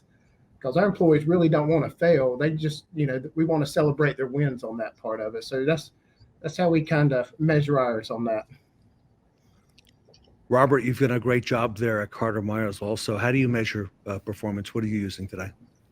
So we are on a separate platform. We're not on the Reynolds platform here. We use CDK and a little bit of mixture with the Chrysler brand. We got a Y Advisor aspect that we got to tie in with the brand specific stuff. So, but we do. I mean, ultimately, you'll probably find that we all look at the same metrics for the staff and the employees to help hold them accountable. So we're inspecting what we expect of them and keeping them in the know of what they're doing and where they need to be. So we do. We post it regularly. I got a couple different things we post out. We send emails out electronically to keep them in the loop throughout the week, and then we post it on the board at the end of the week, kind of where everybody's falling. And but same concepts. We're looking at closing percentages. We're looking at advisors, aspects of selling for those specific technicians themselves, and making sure that we don't have any missing pieces anywhere, or any issues or problems personnel-wise and conflicting between employees that we can help clear up and clean up. So it's just a matter of keeping it going. And Shon, yourself? I'm just like Robert. I'm on 2 different DMSs with 8 different stores. We have 3 different manufacturers. And again, you have a bunch of different people pulling you a bunch of different directions. And I think if we measure it daily, you have to measure it daily. You need a manager that knows how to measure it daily. And you need to know what measurement tools are going to make your team succeed and what makes them fire. To everybody's point on here, once you get them on it and you show them on a daily basis, you've given them the drug kind of feeds itself. They want to know. Nobody wants to be on the bottom. You have to be able to act like a customer and go to your own store or go to somebody else's store, have somebody look at your store as what a customer would. You have to remove the roadblocks, and you have to remove the excuses. And whatever streamlines the process is what works. Logan, I listened carefully. I took a lot of notes, and I honed in on what Jeremy said, Logan. It is nice to have everything for you on one screen where it's convenient in one place. Yep. Talk to us a little bit about measuring efficiencies, how you do that, the need for efficiency. We're in a complex world now, a lot of fast-moving parts in fixed operations. We want to speed up the process. Any examples of maybe how some of the solutions you use with Reynolds Advanced Service have helped with that so far? Yeah, I mean, so there's a few pieces. Obviously, the efficiencies of having all of the report card and the e-approval under one roof, where we can bounce it to parts, they can load in their information and pull it directly back to the advisor. The internal communication is really seamless, and the ability for all of the memos and internal communications to be stored electronically and timestamped has been a really useful tool. But one of the big things is texting our inspection reports to customers. I mean, I think the statistics, like under 30 seconds, you can get a text opened up and they can decision it right there from their mobile device with little to no follow-up. Unless they have questions, they can make a decision and get back to the advisor. And sometimes you're getting upsells approved before a car even comes out of the bay, which is obviously a huge, huge win for the advisor and the tech. Ed, you always talk to us now about convenience, the convenience factor for the customer, and now the convenience factor for the employee at your dealership. This has got to make things more convenient for both. Well, taking steps out, it makes things convenient. And when I say steps, that could be steps walking, that could be steps that people have to go through. And that's one of the reasons why we dance so heavily into mobile is I want to take some of those steps that our customer has to go through, get their vehicle service, and we can come to them. But tying those things together where you don't have to keep going and looking for different things. Like you just heard, Jeremy's got a little dashboard envy there because he has to go to a couple different places. So there's additional steps to get there. And as you remove some of those steps, we all become more efficient. So it's sometimes those steps is you got to keep them from traveling as much. And sometimes it's the things that we have to go through, but removing those things creates it more efficient. And when it happens more efficient, it becomes more seamless for our customers. And then that turns into experience, and the experience is what they're chasing. Ed, I go back about a year when you and I had an interview with a gentleman from Reynolds and Reynolds. Chris Walsh was on the show and was talking to us about the future of Reynolds and talking to us about that convenience factor and being in that digital age and providing these tools. Ed, I think Reynolds is coming a long way in providing all this and making this a very effective and streamlined process for the dealer. Man, what a great conversation we had there. And when I knew that we was connecting, I made a list of 3 or 4 things and said, hey, if we can hit these 3 things, that would certainly help us become more efficient, take some of those steps out. And as I threw them at him, they've already been working on all 3 of them. And that was very enlightening to me that they are constantly trying to reinvent themselves. And that's the ticket behind all of this. We can't just sit back and say, okay, here's where we're at. We have to constantly always reinvent ourselves. And that's one thing that Reynolds is doing a really good job of right now is they're reinventing themselves. They're bringing themselves out to really be a partner with us. And they're bringing new elements to it. So it's not just what we've had. They're adding elements to it to make us more efficient. Logan, speak to us a little bit about Penske Automotive Group, some things you do outside of solution work. There's an elite tech program. Would you mind sharing a little bit of information about that with the panel today? Yeah. So about 6 years ago, Penske put together an elite tech program where every dealer out there gets to nominate one technician. We've got market level and then national level tests and kind of a skills showcase that they go through. And effectively, they're just going head to head trying to win the title of elite tech. You know, in the workshop, it gives you an opportunity to recognize leaders in your workshop, guys that are putting in the work. We got a special parking spot out back for them.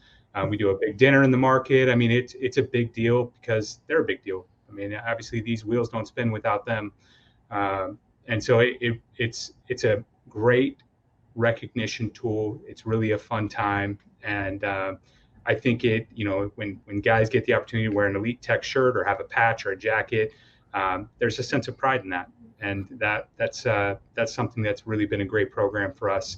And I really feel like our guys appreciate it. You know, Logan, one of the things we've learned at the Roundtable is for technicians, and we do a lot of panels with just technicians here. It's not at all about the money all the time. It's about things like this. It's about being recognized. And speak to us about that, because at a time when a lot of dealerships are struggling with retaining techs, older techs are retiring, dealers are looking for different solutions, perhaps growing their own, which Ed has shown us as the long-term play as probably the most effective for sure. Talk to us, Logan, about some of the things like that have made a difference, at your group that you've seen.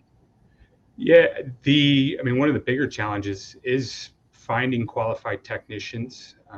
And so we've gone the same way that Ed has, where we're growing our own.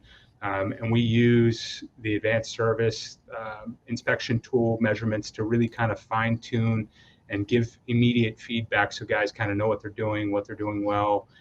But we steer them down the path of success that we see. And so Reynolds has really helped us out with that.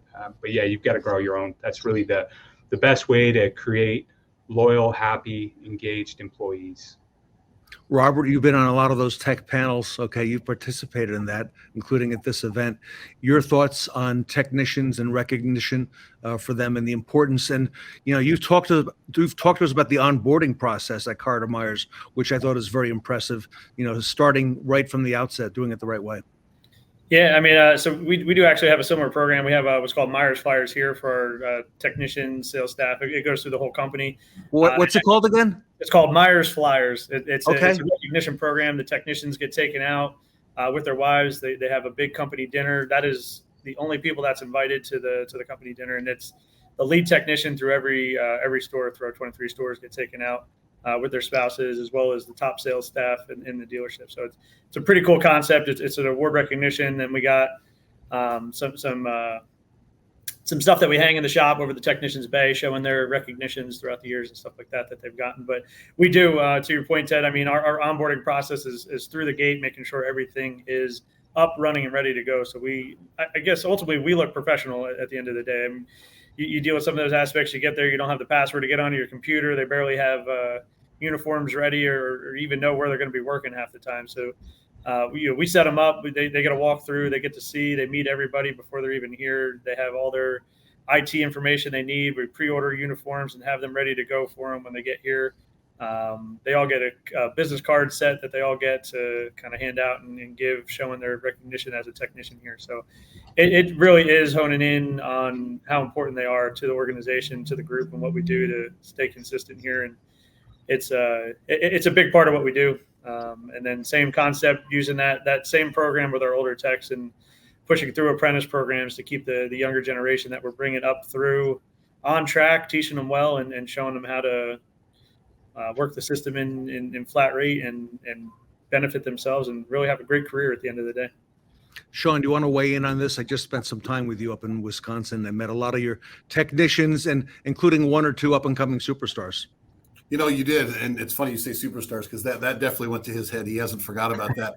But Ted, we talked a lot about Ed when you were up here, and where the motto here is there's 40 plus employees in 8 stores that have been here between 30 and 40 years. Some as many as 48 years, and they take a lot of pride in that. But in the same token, we've kind of missed that boat a little bit where the upcomings you kind of forgot about those. So we're having to restart that. But I think that the key here is, and I picked up some pointers here on some of this is. The elite tech panel thing. I love that idea because, I know we're not as big as Penske. We have 8 stores, but I love the idea of having one out of each of the 8 stores. I mean, it's recognition, where we've taken the whole Marco situation where it's not about pizza. We talked about back in August at the panel or the pop-up event that, listen, we can all go to Ed's store. We can all go to Robert's store and steal each other and pay each other $2 more an hour. But eventually that just gets old because there's got to be a cap to where that's going to end. And part of that's recognition. It's the little things now. It's not all about the money anymore. It's just not. Everybody, last question for the panel today. Great job, by the way, so far. All of us talk about taking our processes and providing a consistent and great customer experience. Some dealerships, perhaps even 1 or 2 on this panel, have some mandated solutions, from their OEMs in terms of what they need to use. And at times that can be difficult, while it helps provide a consistent and great customer experience. Do you have any tips for working, OEM selected vendors into your process and how to go about that? I'll come to Logan first on that, maybe for some advice, and then Ed and go around the horn. I've been really lucky in my career to be aligned with some really talented vendors. I don't have any heartburn in that space. We've been very, very lucky, and obviously in my scope being just BMW, I think it might be limited. So, Ed Roberts.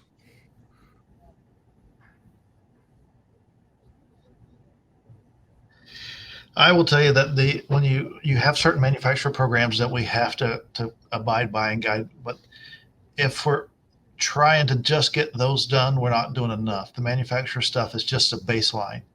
And so take the elements of what they bring us and see what we can do to elevate that, because there is a minimum. They're trying to bring us up to the average of all the players in the field. And I know most of the guys on this call and most of our audience out there don't wake up in the morning and look in the mirror and say, I'm going to go be average today. So let's get to where we can meet those pieces and also learn from them and elevate it, because it's our opportunity to build from a baseline. Yep, love it. Jeremy, I know you've got some Reynolds envy there. I think some of the people in the audience do as well. That advanced service envy. Talk to us about that a little bit, if you wouldn't mind. Yeah, because I struggle with it because it is something that's mandated, but you got to make the best of a bad situation. And what I find out, if you get everybody bought in and going in the same direction, I always call it 3 months of hell, but you're gonna have to hold everybody's hand and build that relationship with that vendor, because that's the key is keeping that relationship with the vendor and holding him accountable for you to get to where you want to go.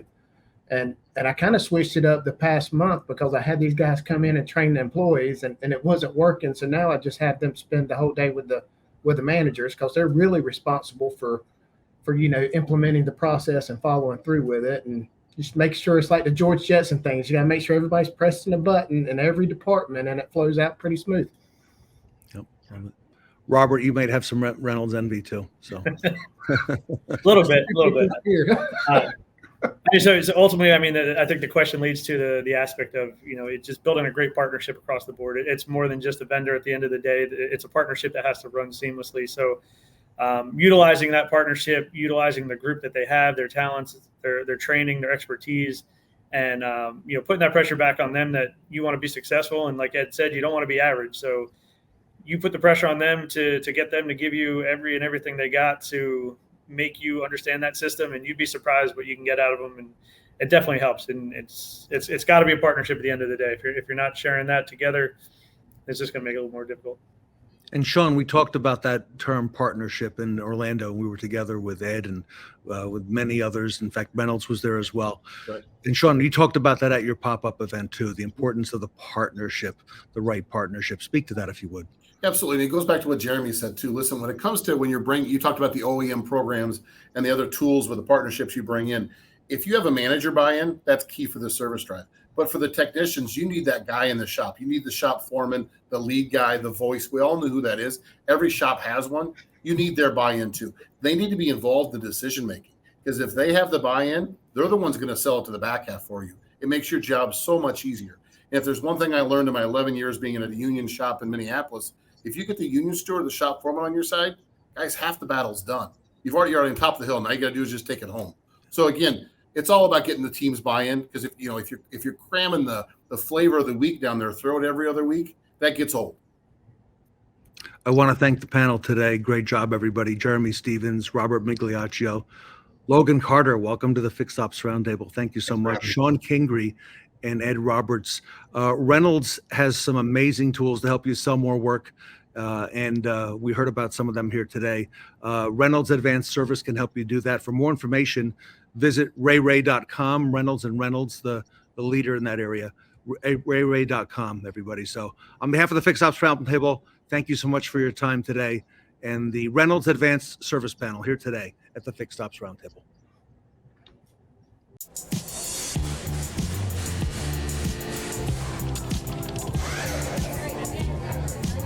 Hey Vince, sorry to keep you waiting. Not a problem, Tim. Can you believe how busy our shop is today? I know. It's amazing how much great. business.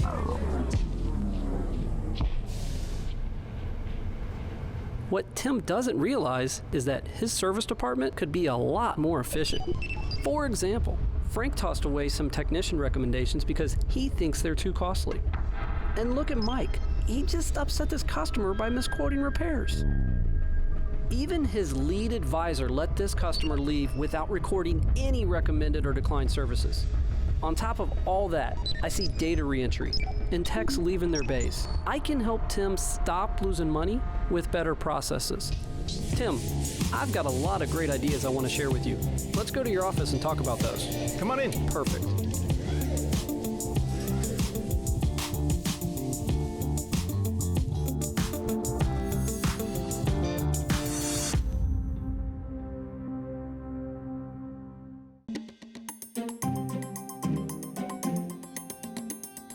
When I first started here as a service advisor, our process for upsells was pretty much old school. The work order was written up, the technician would do the report. Our multi-point inspection was still carbon copies. When the technician had recommendations, they wrote it on the back of the hard copy. The parts departments would do a parts request for the technician. The technician then would walk over to the advisor and let the advisor know if parts are available. Everything was handwritten, not much of a process. Advanced Service has built communication with technician, advisor, and parts, and it's actually made our departments work better together. Advanced Service has had a huge impact on our hours per row. In February, we were averaging about 1.5 to 1.6. From April to December of last year, we averaged about 2.5 hours per RO. We have taken over 300 or 400 more ROs per month. Our gross per RO has increased to over $200. So we can definitely tell the Advanced Service is working for our store. I really feel that Advanced Service is the best tool you can use to make sure your shop is efficient. If you're struggling with people walking around the shop, the technician hanging out in the parts department, the advisor not at their desk, phones not being answered, Advanced Service will eliminate those issues you're having. If you're trying to find something that's going to help your shop be more efficient, it's Advanced Service.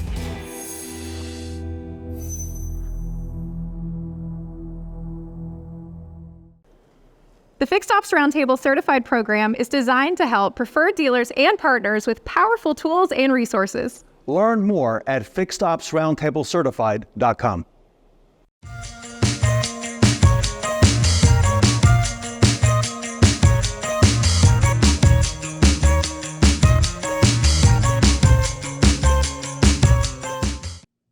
Bring out the bell-bottoms and Birkenstocks as we step back in time to our pop-up event in Orlando, Florida. Please welcome the ladies panel.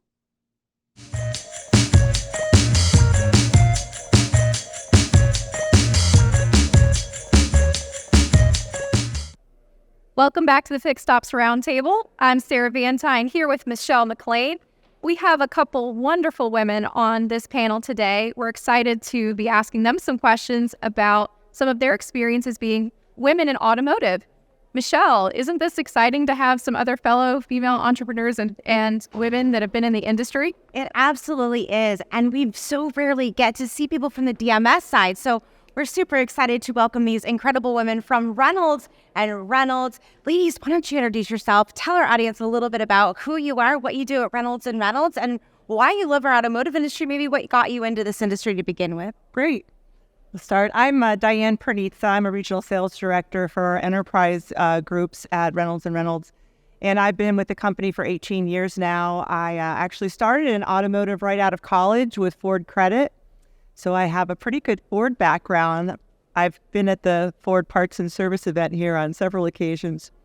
And after I left Ford Credit, I was actually given an opportunity through a synergies program where Ford Division and Ford Credit shared talent between each other, and I was oftentimes, being in the right place and at the right time is good for you whether you're a man or a woman. And in that case, I was up against a man and I won the position over into Ford Division, and I became a zone manager with Ford Division, and I stayed with Ford for several years before I left and actually did a stint in retail doing F&I, which is very eye-opening, just to have the retail experience. And then after that, I'd gotten married and I had my son. I took a little time off and I came back to work with Reynolds and Reynolds, and I've been with them ever since.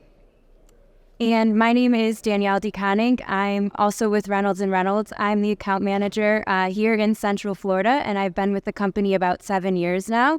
Coming out of college, I studied business, and you come out of college as a business major and the world is your oyster, right? It's like if you go to school for nursing, you come out, you're a nurse. You go to school for business, you come out and maybe you don't know exactly what you want to do. I did know that being from upstate New York, I wanted to leave the cold. So I got myself down to Florida actually by working for Disney. And as magical as that was, I decided that a career in sales was what I wanted to pursue. And in my, applying through online applications, Reynolds and Reynolds was one of the companies that I applied to 7 years ago now. And I was really impressed by the amount that they invested in their employees, specifically for the sales training program. So that's what got me started in my sales career with Reynolds. And of course, that is how I got into the automotive retail space as well. Diane, it's been so exciting to see some of the developments that women have had in the industry in more recent years. I remember when I got started, sometimes you'd look in a showroom and there wouldn't be another woman sales consultant or a service advisor. So tell us, Diane, in your career, what have you seen that's been so impactful to some of your success? Well, I started in 1996, and a lot has changed since then to now. And I've seen things from both the OEM perspective, the retail side of things, and now working with the vendor as a DMS provider. I have seen so many changes, honestly, over that many years for women, especially. I think in the beginning, there were fewer of us in certain positions. On the finance side of things, women have had a footprint for quite a while. But when you started getting a little higher up in the management positions, there was definitely a lack of female presence, back when you talk about the late 90s. But it started to pivot around that time, honestly. And I think right now, more than ever, is a fantastic time for women to be in the automotive industry. And, once you kind of get your foot in the door, you never want to leave because it's a very fun industry to work in. It's never, we always say, never a dull moment. There's never a dull moment in this industry. And right now, one of the most exciting things that I'm seeing is that female technicians are showing up on more regularity in all of our dealerships. And I work with some large dealer groups that encourage that by working with certain trade schools to promote, especially at-risk youth, and right now with a focus on women, getting them into these positions that have typically been male-centered. And we are now seeing more female technicians, and they're doing fantastic. And it's just it's a foot in the door to something that can lead to management positions later on, and just something where women haven't typically had much presence. So it's very exciting to see that. I suppose it's similar to the way that we're seeing more men in nursing. It's good to just kind of get a lot of diversity in every industry. So it's a good time now for women to consider roles in automotive, and it's certainly a more flexible industry than it used to be. Danielle, you touched on some of the ways that Reynolds & Reynolds has really impacted your career. Tell us, what has really been an example of a time where they have helped you succeed? Definitely. I think that a big proponent of success outside of the company specifically is who you're able to surround yourself with and who you work with. So I would say that my direct leadership team has provided me with amazing opportunities to be successful, as well as the opportunity to participate in events like this and meet women like yourselves that definitely can, help me advance my career. And just generally speaking, I would say, for women or men to never let an immutable characteristic determine or be the leading, factor as to what you want to pursue in life, and that women can be successful in any area of the automotive business. Write that down. That's going to be a famous quote.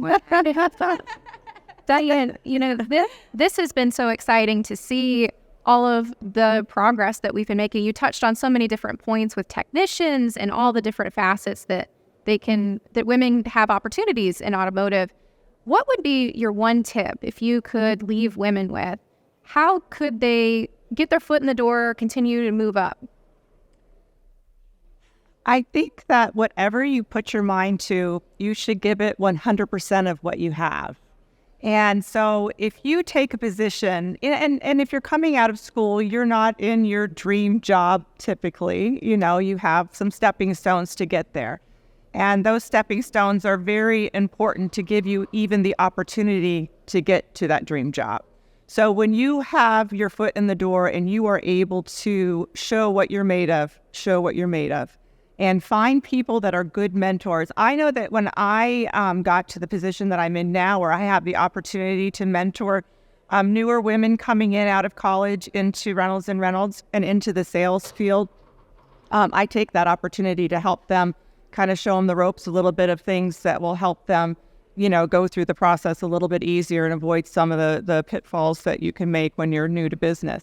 So I really do believe that the people, and it wasn't always women that were available to mentor me. I mean, one of my best mentors is standing out here right now, and it's a guy. Thank you. And they were really wonderful and always treated me, and wonderfully, gave me a lot of opportunities to continue to move forward and advance my career. So definitely finding people that you can surround, that you can learn from, and who encourage you to, move forward and be your best. Danielle, if you had to give a tip to women, as they're considering getting into the automotive industry on the vendor partner side or the dealership, what would be your advice? Sure. My advice would be that in every situation in life, there are going to be advantages and disadvantages to you personally, and that no matter what career path you want to take, lean into your advantages, work hard, and those two things paired together will lead to success. Michelle, I think this has been a really awesome panel discussion. Any final thoughts? Well, we're just so excited to have Reynolds and Reynolds represented here on the Fixed Ops Roundtable. Thank you guys so much for joining us today. We wish you the best of success, and we're super excited, as always, to bring more females into this industry, especially, right, Sarah, on the fixed ops side of things. And as these wonderful ladies said, we're seeing so much of that now moving forward. Diversity, inclusion, and so many things that we're so proud of here at the Fixed Ops Roundtable. And we're just so grateful that you guys were here today. So thank you. Thank you. Well, Michelle, Danielle, Diane, on behalf of the Fixed Ops Roundtable, thank you so much for being on this panel today. Don't go away. We have more coming up on the Fixed Ops Roundtable. Stay tuned. You might have noticed that the Fixed Ops Roundtable is on the move, and that's because we are now hosting pop-up events. We are on our way to a dealership near you with spontaneous events in amazing dealership spaces to highlight the hardworking people in retail service, parts, and dealership-wide. Stay up to date with where we are headed next by following the Fixed Ops Roundtable on social media.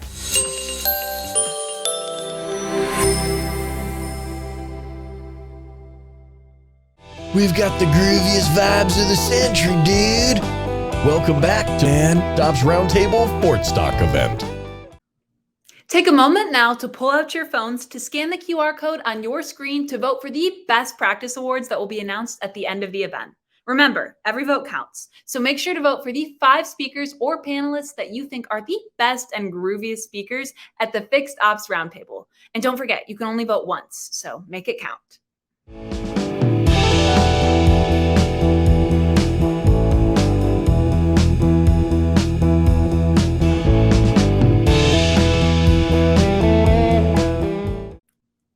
Let's hit the road, Jack. It's Mobile Monday with the myKaarma Mobile Service Panel.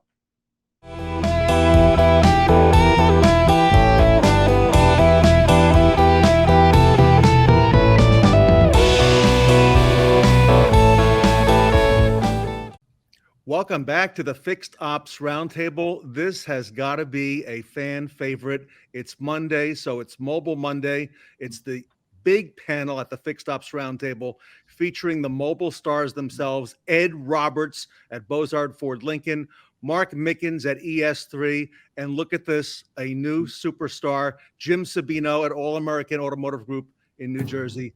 Jim, Mark, and Ed, welcome back to the Roundtable. Thank you, Ted. Glad to be back. Yep. Glad to be a part of it, Ted. Thank you. Jim, it's been amazing. I've been watching you these last couple months on social media. I see you jumping in and out of the mobile units on Instagram, on Facebook. You're everywhere now with mobile. How about that? Yeah, we're trying. We're trying to turn out a new page, promote our mobile service experience to all of our guests. Social media seems to be working really, really well, getting a lot of traction out of the videos that we're doing. People are liking it. They're calling, requesting it now. Besides, email campaigns, social media has been a great tool to get it out there, to let our customers, our guests know that, hey, we offer this amazing service, convenient, just over the top. It really is has been well received. So, Jim, for those who don't know, give us a little of the background. All American Automotive Group in New Jersey. How many rooftops and how many mobile units, if I may? So, Ed, we currently have four dealerships, biggest in the Northeast as far as Ford traction goes. Currently we have 6 mobile units in service between the 4 rooftops. We have 2 inbound. About a month ago, we green-lighted 2 more units because the tremendous reception from our guests has been overwhelming. They're booked every day. They're out start to finish. We have mobile technicians dedicated to those trucks. They take care of them like it's their own vehicles, clean them, they wash them. The insides are spotless. Each one has an inventory of parts on them, the oil, extra batteries, air filters, cabin filters for that needed work when you go out for a recall and the technician finds that the air filter is overdue or the battery failed at load test as we perform on the road. We're able to take care of that guest on the spot without having to come back to the dealership for that work to be done. Obviously, it's the two new units that are coming are a big adjustment. We need to get manpower to drive those. We created our what our kind of mobile service coordinator, as Ed knows how the pains and Mark knows the pains through that. Coordinating off-site work is difficult. It's done through cell phone, text messaging, all kinds of good stuff. But overall, we're working through the bumps, and we're coming out on the bright side of this one. Ed, he's on your coattails. He's going to catch up, I think. I like it. That's a tough act to follow. Oh no, you just got to keep chasing. And we're going to keep running in hopes to stay out in front of you. But I don't mind if you pass. I'll follow you for a bit. But the reality is, I've never met a customer that says, I get to go to the car dealer tomorrow. Nobody looks forward to going to a car dealer. And when we can give them an out of dealership experience that is second to none, and go to them, whether it's at their place of business, their home, whatever it may be, and take care of things, we win customers for life. And what would Tully say in that instance? We are in the repeat referral business. And it certainly does it. Jim and I are on the same page with being with Ford, and we are the first full line automaker that has jumped into mobile service. We've been doing it. We're coming up on 10 years now here at our store. But some of the highlines are doing it, and Mark can talk about some of that. Mark is leading the way on the highline. Real quick before we go to Mark, Ed, going back to you at Bozard Ford Lincoln, you saw this convenience factor real early. And when people ask me today, what's new in fixed operations, convenience, Ed, comes up at the top of the list. It is. With pickup and delivery, with mobile service, all those things that prevents a customer from having to come into our dealer. I mean, remote deliveries for the sales department. Any of those things that prevents a customer from having to come in is the things that we should be chasing after. And if you think about that from the stuff, the new players that's coming into our field with the Carvanas and all those others, Varooms, and they are preventing a customer from having to come to a brick and mortar. And customers love those experiences. We have brick and mortar, so we can offer both. We can offer those out of dealership experience and the in dealership experience for the ones that still want it. So we have the best of both worlds, but we have to embrace both to really to get there. Mark, I've been so impressed because I had a chance to go to Bozard Ford Lincoln recently, and what Bozard is doing there, with their facility, making it a destination with that Ford's garage. Mark, just brilliant. I haven't seen another dealer do it, and it's got to be the best kept secret, and it's a wide open secret, Mark. Yeah, it's great. I'm impressed. I saw the last episode. It was awesome. So you guys are really doing a great job with that. But on our side, on the luxury side, it's really not a premium service anymore. The dealership side that I work with hand in hand, it's getting to be an expectation, from the luxury client, especially, it's in every other walk of their life, except when they need some type of service, maintenance, or repair on their vehicle, right? It's the one place that they still have to go back to, a brick and mortar, like Ed said. And, we have to make it more convenient for people. And as we are building business plans with our luxury brands that we work with, we do build it from the business case up. We encourage all of our dealers to actually make a business plan to see how it's going to, with everything that goes into it, expenses, salaries, equipment prices. We present a business case before you go out and do the first service to make sure that they know that at some point it's going to have a bottom line to it. And a couple of our early adapters in some of our pilot stores, are well into it now, almost a year. And, we're starting to see some results where, now it's the second truck and the third truck, right? And when we first started this out, it was hard to get a luxury brand to even embrace the fact that they were going to have one truck, and how much does that cost, and how much is it? Am I going to make my money back? And now it's, how quickly can I get the next one? And, on what we've been building in is we've been building in full service too, as much as you can. And that includes, tire and wheel service, especially on the luxury side in the Northeast, especially, tires and wheels come into play.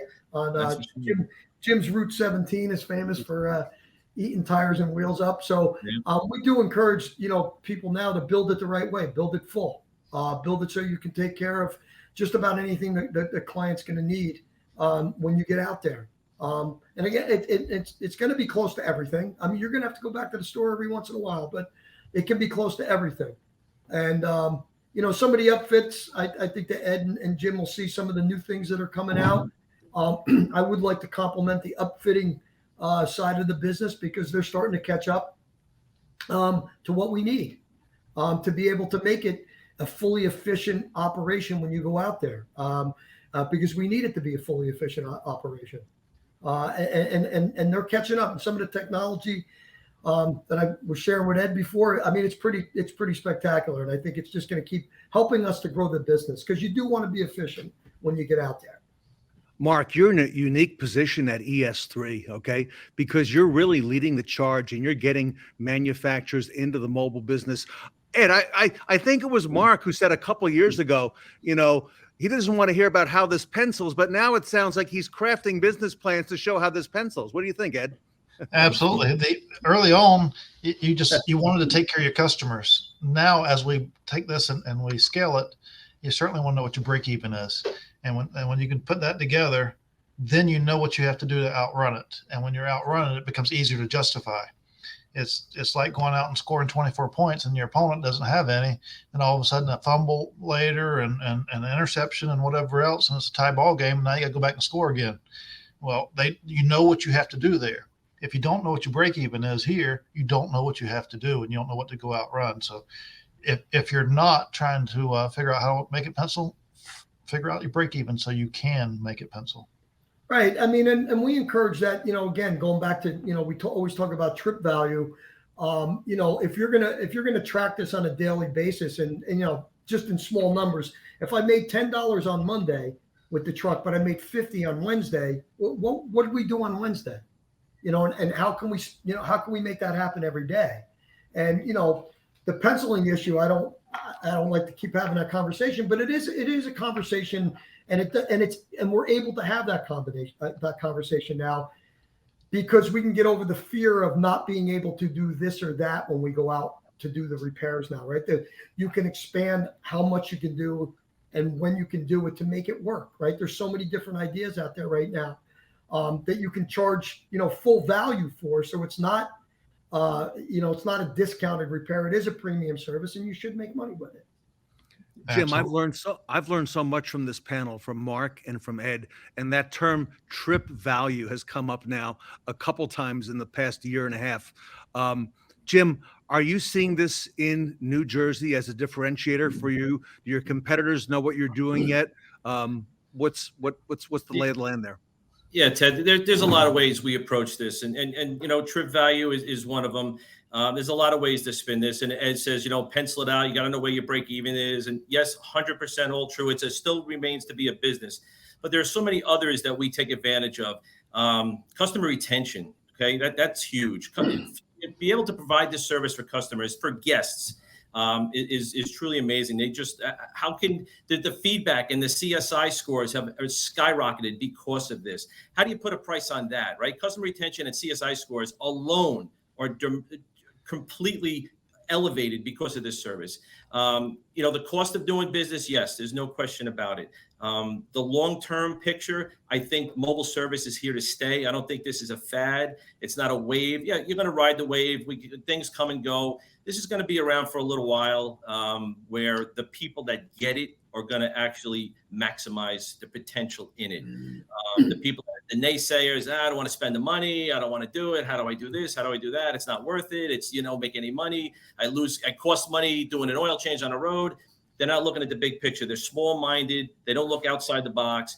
CSI, your competitor 4 miles up the street, 6 miles down the road doesn't do this. That puts you in a big advantage of creating that environment where we do something different and it's convenient. So convenient is the big word here. And it pays huge dividends. Huge dividends. I refer some of my Instagram videos I've done for this truck. I call it a mobile hospital at times, or I refer to it. I said, we come to you. Ford Motor Company puts out 70% of all recalls that are on vehicles, Ford Lincolns, can be done in a mobile service truck. That's huge. That I have right there alone puts me at an advantage of a dealership that doesn't have a mobile truck, that I can come to you, save you the effort. It's like going to the dentist. Who wants to, I don't know too many people are excited about coming to the service department. Some are, but a lot of them aren't, and they'd rather not. If I can go to their place of business, their home, and do this in their convenience, on their timeline, I win. Every time I win. And the people that get it, the Ed Roberts and everyone else that buys into this program and the format of mobile service is going to win and capture this market.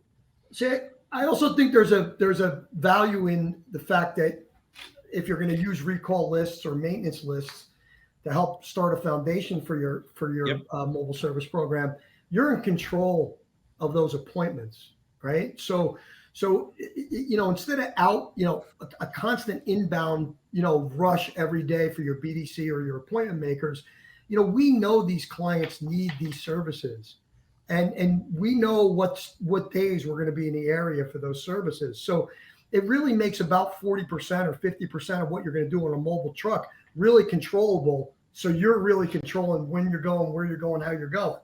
And then again, you can build the trip value by foundationally knowing that truck's going to run every day, and this is how much we're going to do on it, right? So there's a lot that goes into it now where you can make it profitable just based on the fact that you know that the clients need the service. You have the list. It's not a secret. So things like recall or prepaid maintenances or people that that are coming up. What happens with connected car services, right? Ford's hooked up. The companies I work for, everybody's got connected car services. What happens when the light comes on, right? What should the client have to call you, or should you outbound call the client and say my truck's on the way? I don't know. I would like to think that we'd like to do it that I'm on my way, right? So those are some of the little things, like to Jim's point about talking about customer retention. Every car is connected now to somebody's phone, and it should be, I need a service, or my check engine light just came on. And, we need to get to that point, because then it's really effective. Yep. So let me chime in here a second and talk to the audience a bit. Jim, Mark, the audience hears us talk about mobile service and what it does for our customers or whatever. But I'd like for Jim go first, and then Mark, tell us what kind of services that you are doing in the field. And then I don't have any secrets. I'm going to tell you, I'm going to come behind that and tell you some of the things that I want to work towards. We're ending third quarter right now. We're about to go into fourth quarter. And by the end of fourth quarter, I'll give you some insight on what I want to be doing. Okay. So Jim, what are you doing in field? So we're doing everything that all basic, and we're doing works packages, cabin air filters, wiper blades, battery replacements.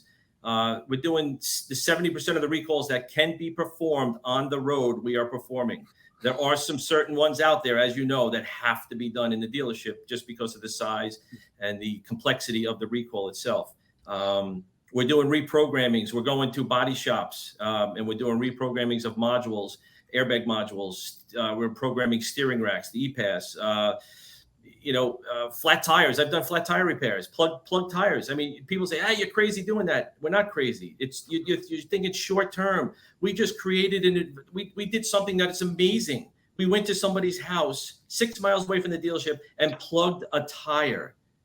Match that. I dare you to match that. You can't. So that alone just puts you on a whole different level on guest satisfaction and the willingness to take care of one of our customers, period, hands down. I think it's one of the best things we can do. Other than that, we really don't do too many other things. I mean, SOP parts, trim, moldings. We absolutely are doing that now. Something simple that can be done within a half hour, 45 minutes in somebody's driveway, at somebody's place of business. We have done that. Headlights, any type of exterior lights or anything like that. Some of the things we stay away from are, heavy electronic work, ABS, crash avoidance, sync, stuff like that, where you have to go into the Mach-E's. We're doing a lot of reprogrammings on the road. We are, no question about it. We're doing everything we can within the reason of that truck, within the ability of the truck and the equipment and tools. And they're all equipped, and as you know, what's on those. And our, the lights, the transit lights that are inbound, we're going to be doing, focusing on a lot of recalls, electronic work, battery replacements, things like that. We're just not going to be able to do the oil because they won't have the oil rigs and the compressor and stuff. So that's where we are right now. That is music to my ears. So and mine too, Ed. I'm in Jim's service area. So Jim, I actually could have called you a couple of weeks ago. I'm gonna have to do that now. You got it, Ted. We'll be on our way. Don't worry. Mark, what do you got to add to that? Same. I mean, same variety. Same line of repairs that Jim's involved in. I think that we've discovered on the luxury side one of the most important things for us was having very good connectivity, because we do a lot of programming, a lot of updating. We found some satellite-based internet programming routers that we install on the trucks, and we never lose connectivity, and we have a lot of bandwidth. A couple of our trucks that we've tested had more bandwidth than the shop when we tested them. So that's been big for us on the luxury side, but also not afraid, because of the technology that we have of doing brakes on the road now. Brake replacement has become big for us. Full line tire and wheel, 100%. Retail tire sales, making it, why can't I sell 4 tires and go and install them? I think probably the biggest breakthrough to combat some of the biggest competitors that you have is that we've also been able to develop a couple of glass programs to do windshields and quarter glasses for some of the manufacturers that we're working with. And, because the tools to do it with have become a little bit more nimble to some of the brands I'm working with. And that, again, takes a competitor out of the market if you can go and do glass, quarter glass, things of that nature. One of the biggest things that we've been successful with on the luxury brand side was really reprogramming modules and headlight controllers and things like that for body shops. Mm-hmm. It's a big business. It's most insurance companies now will pay a flat fee for you to go and do that, plus the programming, so the body shop doesn't have to tow the vehicle into your store. So that's a really good, again, trip value, pot of money, higher return on investment per RO. So really expanded to your point, Ed. I wouldn't really say no to much, and I would always have a plan B. If we get there and we can't do it, we'll come and pick it up for you and give you, maybe give you a loaner car, whatever it takes. But I really wouldn't say no to much at this point. I would equip the truck and have a good enough technician to be able not to say no to most things. So there you have it. The audience, you gave the audience a ton of things to look at. And if they can't make it pencil with those things and help the flow through their shop, then we're not looking at it from the right angle. I want to give you another thing of what we're going to chase after in fourth quarter as we wrap up the third quarter is all of us are faced with capacity constraints. And if we're not, every day, then we've pushed too many customers away, because the demand out there across the board is higher than what the capacities that we have. And some of us is 3 weeks behind, 4 weeks behind, 5 weeks behind, whatever it may be. And here's what's happening right now with that. A customer calls in, they got something going on with their vehicle. They dreaded calling you until they had to, because they didn't call you at first sign up. They called you when they couldn't deal with it anymore. Then we tell them it's 4 weeks before they can come in. And then they're scared because the problem's continuing to get worse. They're worried about whether they should drive it. They should get somebody else to look at it. So they may show up, they may not show up. Then we get it in, we put them in a loaner vehicle. Then we order a part, and it ends up sitting in our shops for 10 days before we get the part in to fix it. And then we fix it and we send it out. So we want to shift all of that. And I may not get it all done in fourth quarter, but we're certainly going to try. And one of the things that we're going to do is, when a customer calls in and I can't get them in, I'm going to send a mobile technician out to them. I'm setting up a diag unit only, and he goes out and diagnoses the vehicle. Lets the customer know it's safe to drive. I'm going to go ahead and order parts for you so that we're ready for you when you come in for that appointment. And then it becomes a repair when they come in, rather than order parts and whatever else, minimize my loaner days and those things. But another thing on the top of that is, as we do that, sometimes we, on the receiving end of it, whether it's a phone call or an email or a text or however we're communicating, we feel like, yes, it needs to come in for that, until we look at it and we figure out, well, there was an update for that. We could have fixed that 2 weeks ago.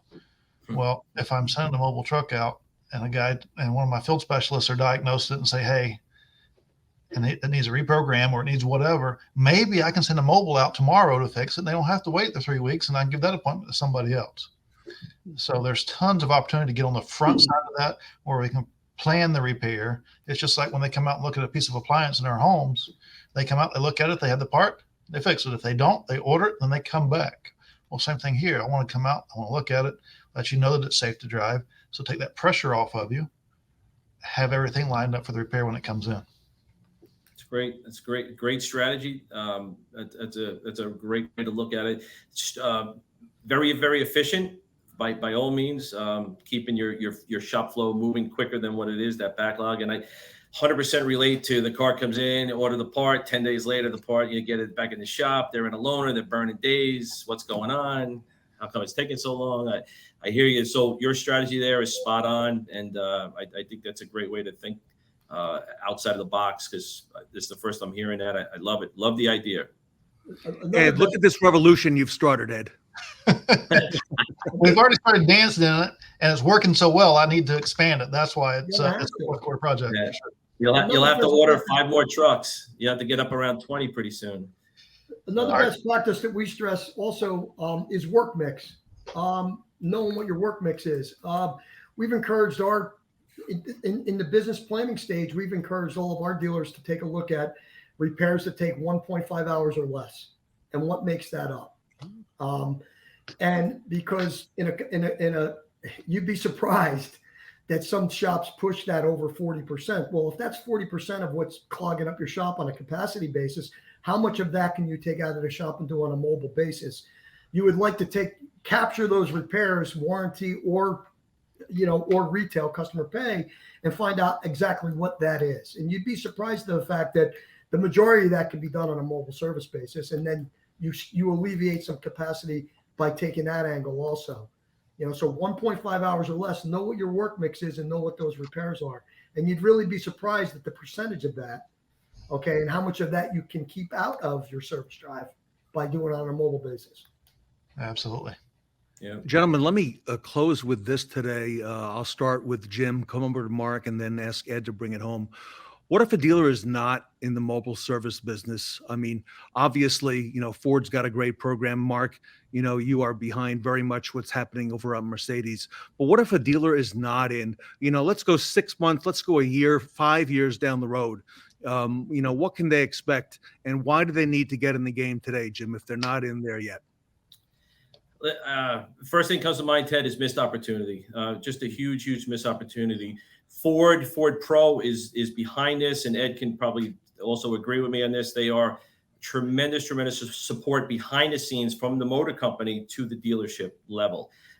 They want this. They want to be in the forefront as far as the domestic dealers that are out providing this service to their guests. Obviously, Mark is with the Highline and stuff, and Mercedes and BMW and all those. They are out there also, and everyone's moving at different speeds. But Ford, the support that I get from the manufacturer and all the levels from the region all the way up through Detroit has been strong. They want the presence of the mobile van out there. They want the convenience factor, which we are behind 100%. 2 years, 6 months, 5 years, you're going to miss opportunities. You have to be in it to win it. You either take the approach of you're going to make it happen or you're going to watch it happen. So we here, All American Ford, we are making it happen. We are all in. We're in the deep end of the pool, right? We have 6 mobile units out there that run every day. We have 2 on order, inbound. Probably in the next 30 days, they'll be here, and it's within a day or 2 of them arriving. They will be upfitted and on the road. We welcome every possibility that we can entertain with fleets. If to a soccer mom with an Explorer, we do it all. We'll go to your house. We'll go to a fleet garage and do night service. We'll do weekends. If that's what it takes, we'll go to Newark Airport and service one of the big rental car companies that they have 50 cars on the ground with recalls. I'll have 2 trucks there for 2 weeks if necessary. Whatever it's going to take to be a part of this and make a difference that's our attitude. And I have commitment from the top, from the ownership down, through all the mobile techs that drive the trucks, through our mobile service coordinators, everything. We have 100% buy-in, and we are committed to this. So we're in it. And if the others want to watch us, we'll wave to them as we pass them by. and we're here. That's it. We're a big presence in mobile service, and that's the way we intend to keep it. Love it. All right. I would say that, you know, I was a Ford dealer. I owned a Ford dealership for 17 years, Jim, close to Jim. Yep. Yes, and sir. I had a really successful quick lane, and Jim was never my competition with my quick lane. It was a lot of other people. It wasn't another Ford dealer. And I really think that we're at a crossroads when it comes to dealers right now, because I think that if you were I was out at an upfitter about 6 weeks ago, checking on a Mercedes upfit to see what was going on. And right next to the mobile service van that we were building were 3 national tire chain upfits being done at the same time. Okay. So I would think that is a good reason why, you know, you want to do it. It's the new Jiffy Lube, right? If you're not going to get in it, somebody else is going to go out and do it for you. They're already out and do it. You know, I watched the commercial on TV last night for a glass company, you know, and the tagline is "Service the way we want it." Okay, that's the tagline that they're using. So, you know, that's to me, that's directed at, you know, dealerships. That's not, you know, that's who that's directed at. It's not directed at another, you know, Jiffy Lube or another glass company. It's directed at dealerships. So I really think that that's the biggest reason. You know, don't let people take our customers again, right? This is our one chance with a new generation of customer to retain more of our customers. You cannot be happy with 30% retention anymore. Okay, you cannot be. You're not going to survive if you don't increase your customer retention. Period. That's why. So Ed, bring it home. I'm going to hit it from a couple angles. In the dealership world, we're supposed to be on the innovative side. We got new products that come out, and we're supposed to be the one that innovates and brings new things out. The aftermarket doesn't innovate anything. They don't have any new products. They don't have anything. They only fill the voids of what we don't do. So when we don't deliver the service that our customer wants, they come in, swoop in behind us, and they fill that void. We have created the platform for the aftermarket to be out there. Don't let them take this part of your business away. And then we may still question ourselves, the audience may still question ourselves, what can I do with a mobile vehicle? What can I go out and field and do? And I challenge you to walk through your shops today and look at all the vehicles that are being worked on in your shop that the lift is not even set on, that the hood may not even be open. They're in the driver's door. They're doing this, they're doing that. All those things without question can be done in field. And for fleets, if you're a full line automaker, if you're representing a full line automaker and you have any type of fleets, whether it's rental fleets, whether it's commercial fleets, whatever it may be, they can't stand downtime.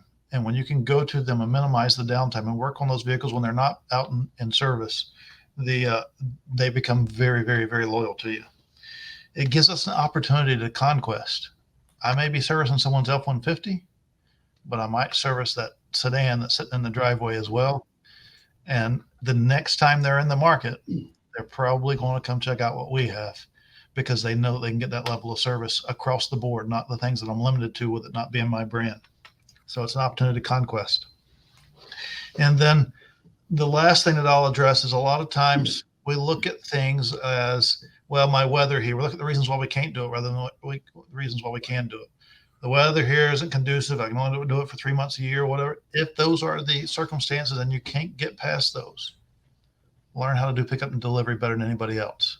Right. Because that still delivers a service to our customers that they can't get anywhere else. The opportunity is ours to go get it.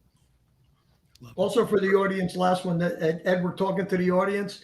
If you're wondering if you should be in mobile service or not, do what I do with my dealers. Take the 2-week challenge. Go into your schedule for the next 2 weeks and find out and look at what's booked and find out what you could have done on a mobile service basis. And that'll tell you whether you should be in the business or not. Take a 2-week challenge. Call me back. Yep. Great advice. Yeah, it's good advice, Mark. All right. We'll leave it there, everybody. These are the leaders in mobile service.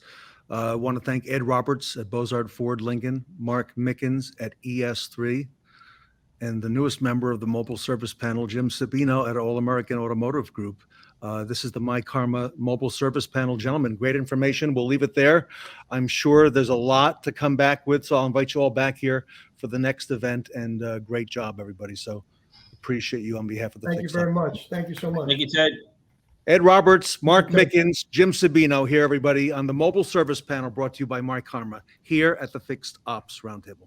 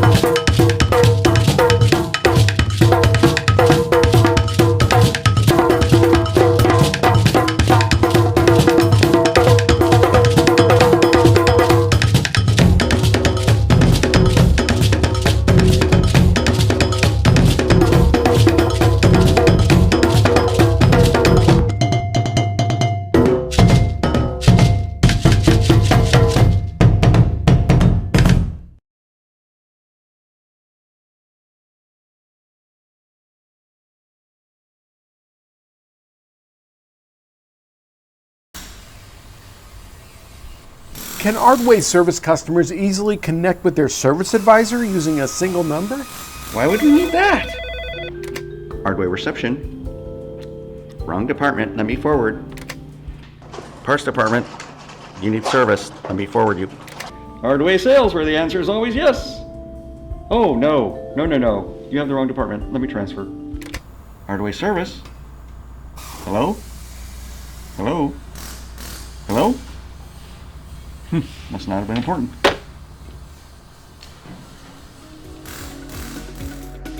With communications, scheduling, video MPI, payments, and more, myKaarma delivers everything fixed ops in one place.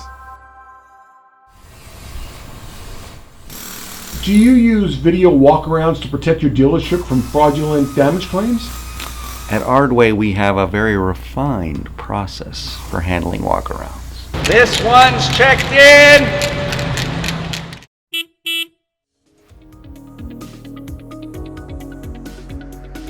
With communications, scheduling, video MPI, payments, and more, myKaarma delivers everything fixed ops in one place.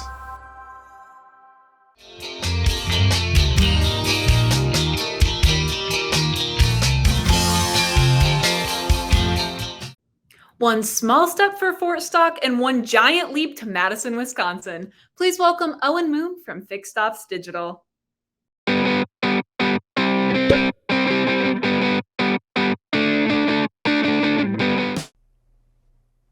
Welcome back to the Fixed Ops Roundtable. I'm Ted Ings with Shon Kingrey. We're here at the Kaiser Automotive Group, joined by our great colleague, Owen Moon, the CEO of Fixed Ops Digital. Owen, welcome back to the Roundtable. Thanks for having me. Appreciate it. Good to see you guys. Yeah, great to see you. And here we are. We're in Wisconsin. So I thought this would be a great opportunity, Owen, for you to give us some background on yourself and Fixed Ops Digital. You and I have known each other for about 4 years, but not everybody knows what Fixed Ops Digital does. Take us through that. Yeah, so this is my 23rd year working in automotive. I've spent most of those time in as a vendor partner. I was an agency guy. Actually, I cut my teeth starting setting up subprime departments. Back in the early 2000s, nobody was doing subprime, and so I flew around the country helping set people up with the marketing, the banks, the inventory. So I got a crash course in automotive in about a 24-month period, and most marketing people start as like a radio person or something, right? And so I got to see a much deeper dive into automotive. So while I never really spent a lot of time in retail, those first 2 years were a lot of education for me, and it's really carried me through my career. Spent the last obviously 5 years here on the fixed op side, but prior to that, it was mainly variable. We did do some service marketing, back at a couple of agencies that I was involved with early in my career, but it was a lot different. It was direct mail, things that now have kind of turned into more of those loyalty campaigns and customer retention campaigns. It was kind of the Wild West back then. Nobody was really doing that, so we took it onto ourselves to kind of help drive some of those lost souls and things like that. So but yeah, been doing this for a long time, most of my career, and love the automotive industry. I think like all of us have, maybe thought about getting out at one point, and it just keeps sucking you back in. And, now I'm really leading the charge with the online side of service marketing. And so, that's been our mission the last 5 years, and kind of why we started Fixed Op Digital. So with Fixed Op Digital, because obviously most websites in the car business are obviously variable driven. Why did you start it? How did Fixed Op Digital? Why did you decide to go Fixed Ops? Yeah, it was actually interesting. So two of my partners were actually building standalone service websites. They were down in Texas. They had a few clients, and their whole mission was, let's build another website, and then let's get another seat at the Google table, right? So if you're looking for Ford service, you might see Kaiser Ford, and then you might see Ford Service of Madison, something like that. And so the challenge we saw with that as we were kind of going through it is that some of the OEMs would not let you do that. So we were like, well, why not? Let's just do what you guys want to do, but let's do it on the OEM websites. And so obviously it's evolved and it's changed so much over the last 5 years, but that was sort of how it started. We had some clients that were interested in this type of concept. They were noticing that, you go to the website, and if you kind of go left to right, it's in new cars, used cars, finance, and then over here was a little service tab that had some cookie cutter content that the website provider would throw out there. Or, you might have, if you were very progressive, you might have somebody that would have went in and, typed in a few, interesting things about, your brand or your dealership and that. But definitely it was more of an afterthought. And even as we kind of got into this, we were noticing there really wasn't any budget allocation for this. So we were creating a line item on the balance sheet, right? They were like, oh, online service marketing, let's put some money towards it. So, that was really the mission from the beginning. Obviously, I've learned a lot through places like the Roundtable, where, not only am I, educating about marketing, but then I become a student, right? Then I dig into people like yourself and Ed Roberts and Tully, and, a lot of the great professionals that Ted brings to this environment to learn more about how can marketing support other areas of what we're doing inside the fixed operations department. And so yeah, that's kind of why we started. And, we grew pretty fast right away, but then, there was some things that kind of went our way with the world, right? COVID hit, and all of a sudden the service departments were essential. Right. Inventory issues, all of a sudden we needed more revenue from the service department. So both of those things really drove our growth. We doubled in size 2 years in a row. And every time I talk to people and they ask us, you guys are servicing almost 1,000 dealers. Like, that is amazing. Yeah, that's amazing. And especially in 5 years. And I say, well, we were kind of early, so we were sort of the pioneers. Yeah. And then also, just some of the things that happened. I was watching a funny quote. I was watching Money, as been easy, let's just say that. And I was watching Moneyball. The other day, and if you guys remember, Brad Pitt, Billy Bean. Oh yeah. There was a episode in there, or a scene in there where he was talking to the Red Sox, and the guy said, the first person to break through the wall gets the bloodiest. Always. And I was like, that's us. You've been the bloodiest because it's a new concept. It's training, it's educating. All of those things go into this. And so it's not just about delivering a goods product. It's also getting people to understand why it's important. Yeah, great points. Owen, here we are, middle of September. We're just a couple days on the cusp of fall, okay? And I remember going through that period with you, okay? A lot of uncertainty, but it really broke in the dealership's favor. And now fixed operations has risen really to the forefront, especially with all the things that are happening in the economy, with so on and so forth. What do you see as you look out on the horizon for fixed ops, for dealerships, that we should be aware of for the balance of this year and going into next year?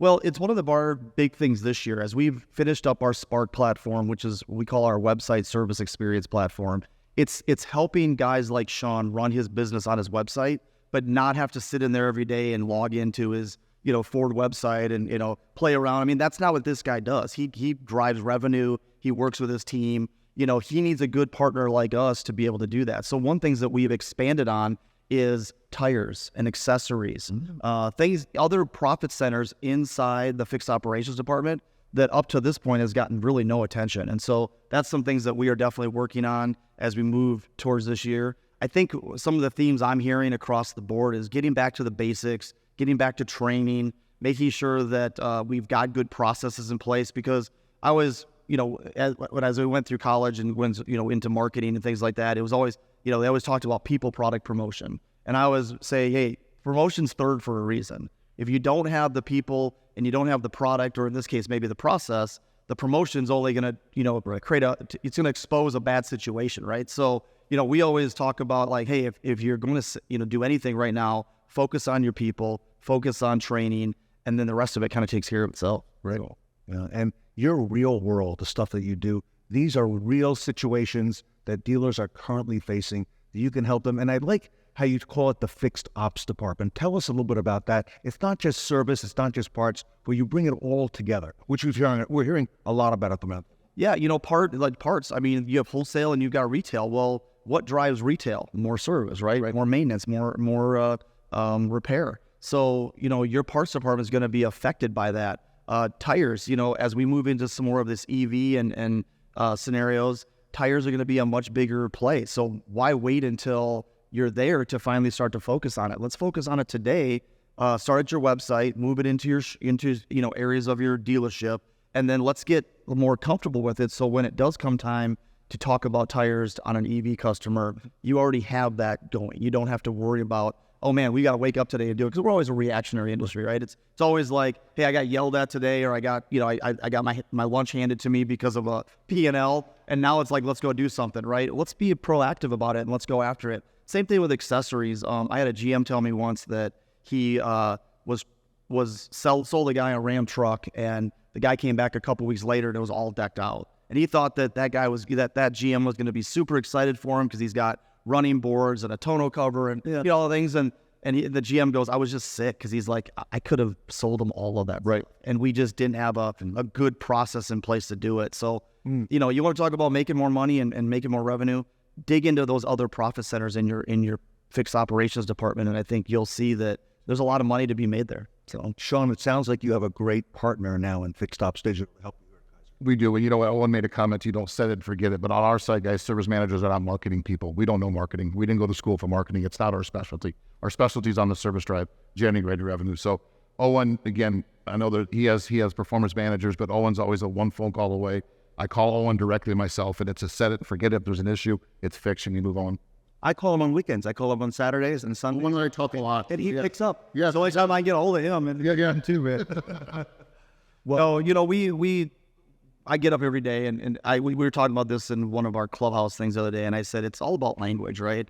Like, you're not just a vendor, and you're not just a vendor partner. I really tell my team, like, we are here to serve you. That is our job. And if we're not taking that approach every day, then I'm doing something wrong as a leader, right? So my goal every day is to get up and impress on my team that if it wasn't for the Shon Kingreys of the world or some of our other really great clients and dealer groups, we wouldn't be around. So focus every day, get up and help you guys succeed. I mean, you guys are in a tough business. And I know that I was, kind of make conversation with my team that you guys might have 15 performance calls. Make sure that ours is memorable. Make sure that ours is dialed in and that we are doing something different than maybe the other 13 that you had that week, because otherwise, I don't blame you guys. You guys say, hey, I don't need these calls. I don't need these. If I'm not getting anything out of it, let's just not do it. Right. And so, I've heard horror stories of vendors where they're like, hey, the only time I hear from them is when I get, an enrollment out and I sign, and then when I'm canceling. Right. That's not the kind of vendor that Fixed Op Digital is or wants to be or strives to be every day. And so, we're just really, especially since it's kind of a new concept for a lot of people. I mean, we broke down the wall, right? And now we're there, and everybody's going, hey, Owen, what's next? What can we do to help, even bring this thing to the next level? And so, that's what we focus on internally and kind of push it out to everybody. So, and Shon, to your point, service managers are not marketing managers. The consumer today, all of us are consumers. We're on our phone, and we're constantly making decisions about where to do business, and we're doing it on our phone. Owen, tell us a little bit about that, because you've really championed that on the fixed op side. Yeah, it all comes down to, everybody always looks at everything on the desktop, but I always look at everything phone first, right? Every time I see a new feature or something I'm looking at, I always go to my phone first, because I want to know how it reacts on mobile. And, we see big data, with all of our client base that we're almost 75, 80% mobile. Yeah. So you got to build it also with some of the CTAs, call to actions. they've got to be mobile first. You know, we were the pioneers of the wallet technology where instead of printing coupons, you can actually now save coupons or offers into your phone. Right. No difference than you're saving, like, you know, Green Bay Packer tickets or Minnesota Vikings. Green Bay Packer. What's another team? I don't even know who they are.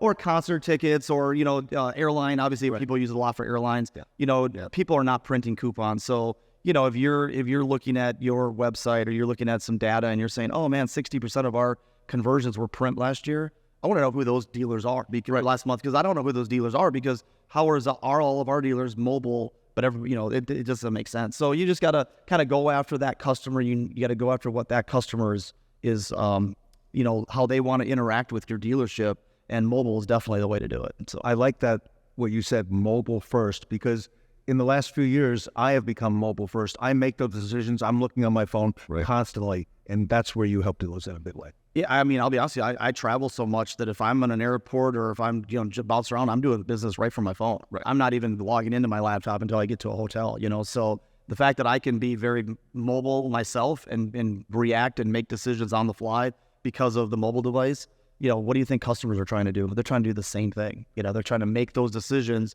maybe in between appointments on their end, or maybe on a break at work. They're looking on their phone trying to make a decision. So, you know, that's where we got to be there for the for the consumer, you know, through good content on the website, through good infrastructure, and then having that all that transparency with pricing and the offers that you guys do, services that you offer every day. Let's get those out there and make sure that those are you know, front and center for the consumer. You got a lot going on. I like that one. Transparency. Yes. Okay, gentlemen, any final thoughts for today?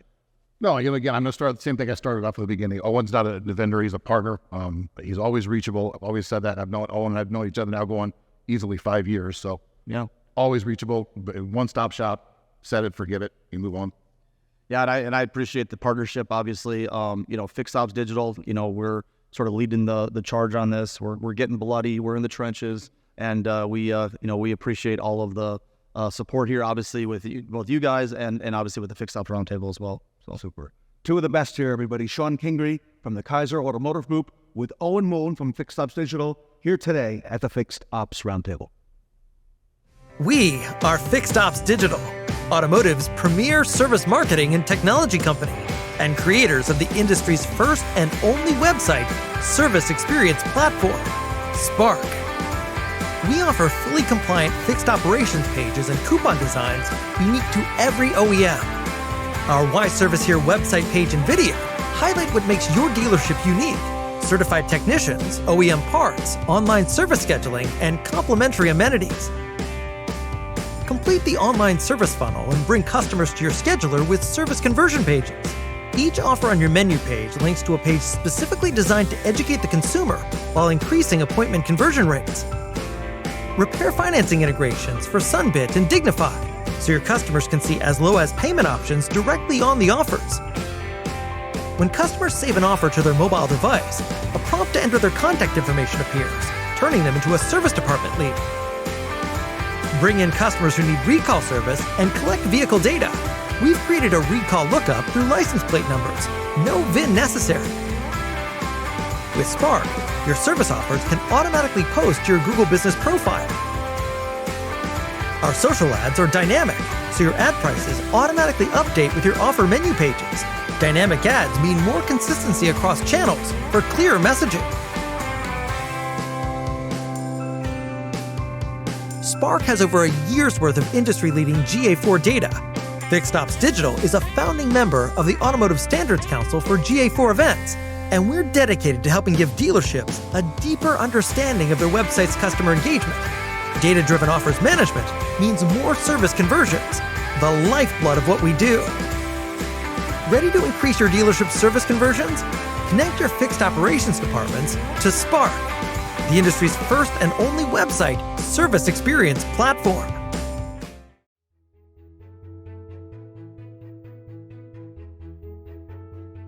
Tully Williams here again. I am at Jag Land Rover Sac, one of our newest remodeled stores. I'm here to introduce you to the world-class team, starting off with my good friend, Jim Gabbard.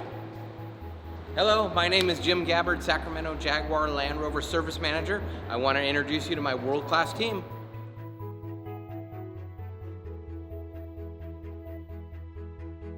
My name's Frank Jenkins. Welcome to Jaguar Land Rover.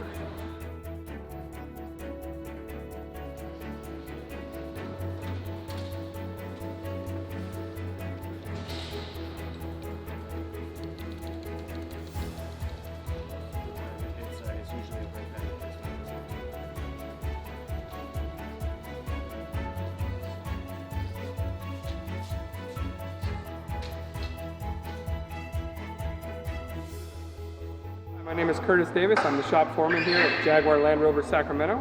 I have 15 techs with over 200 years of experience, and I would love to introduce you to them.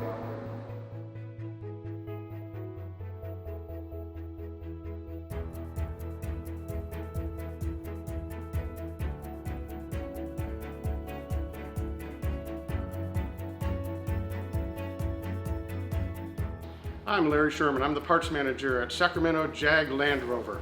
And I want to just thank everybody for being part of a fantastic team. And just remember that parts is the backbone of service, and parts sells hours.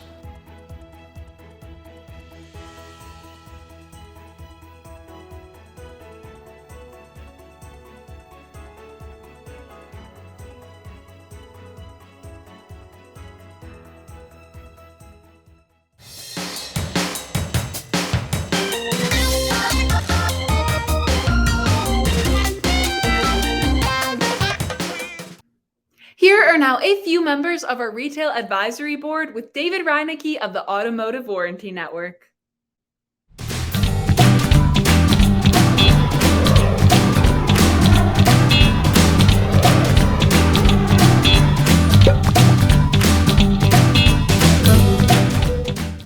Welcome back to the Fixed Ops Roundtable. I'm Sarah Vantine here with Ted Ings. Ted, we have an exciting topic going over warranty. Here we have David Reinicke. Thank you so much for joining us today. Thank you for having me. I'm glad to be here.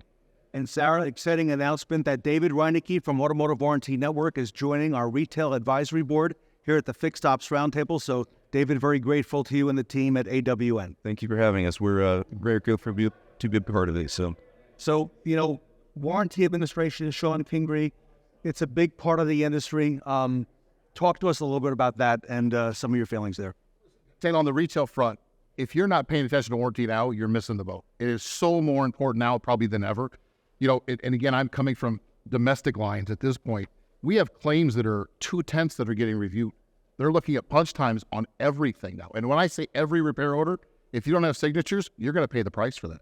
And with the warranty labor rates, with the laws changing to finally go on the side of the dealer, that's going to become now more important than ever. I mean, I've got some stores over $200 an hour for warranty reimbursement. The manufacturers want their money back.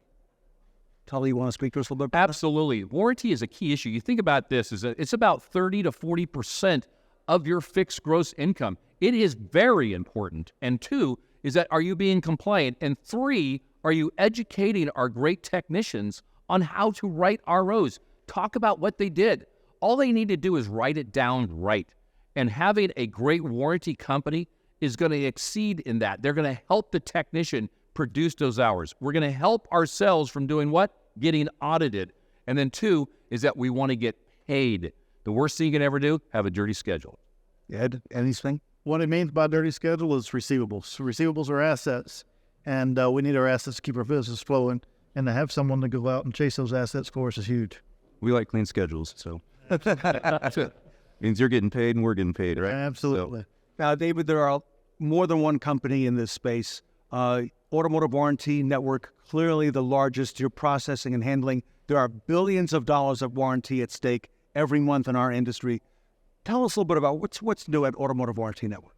Well, we're just really focused on helping our it was mentioned earlier, I like the term partner because we look at all of our dealers as partners and ourselves as not a vendor, but a partner to the dealership.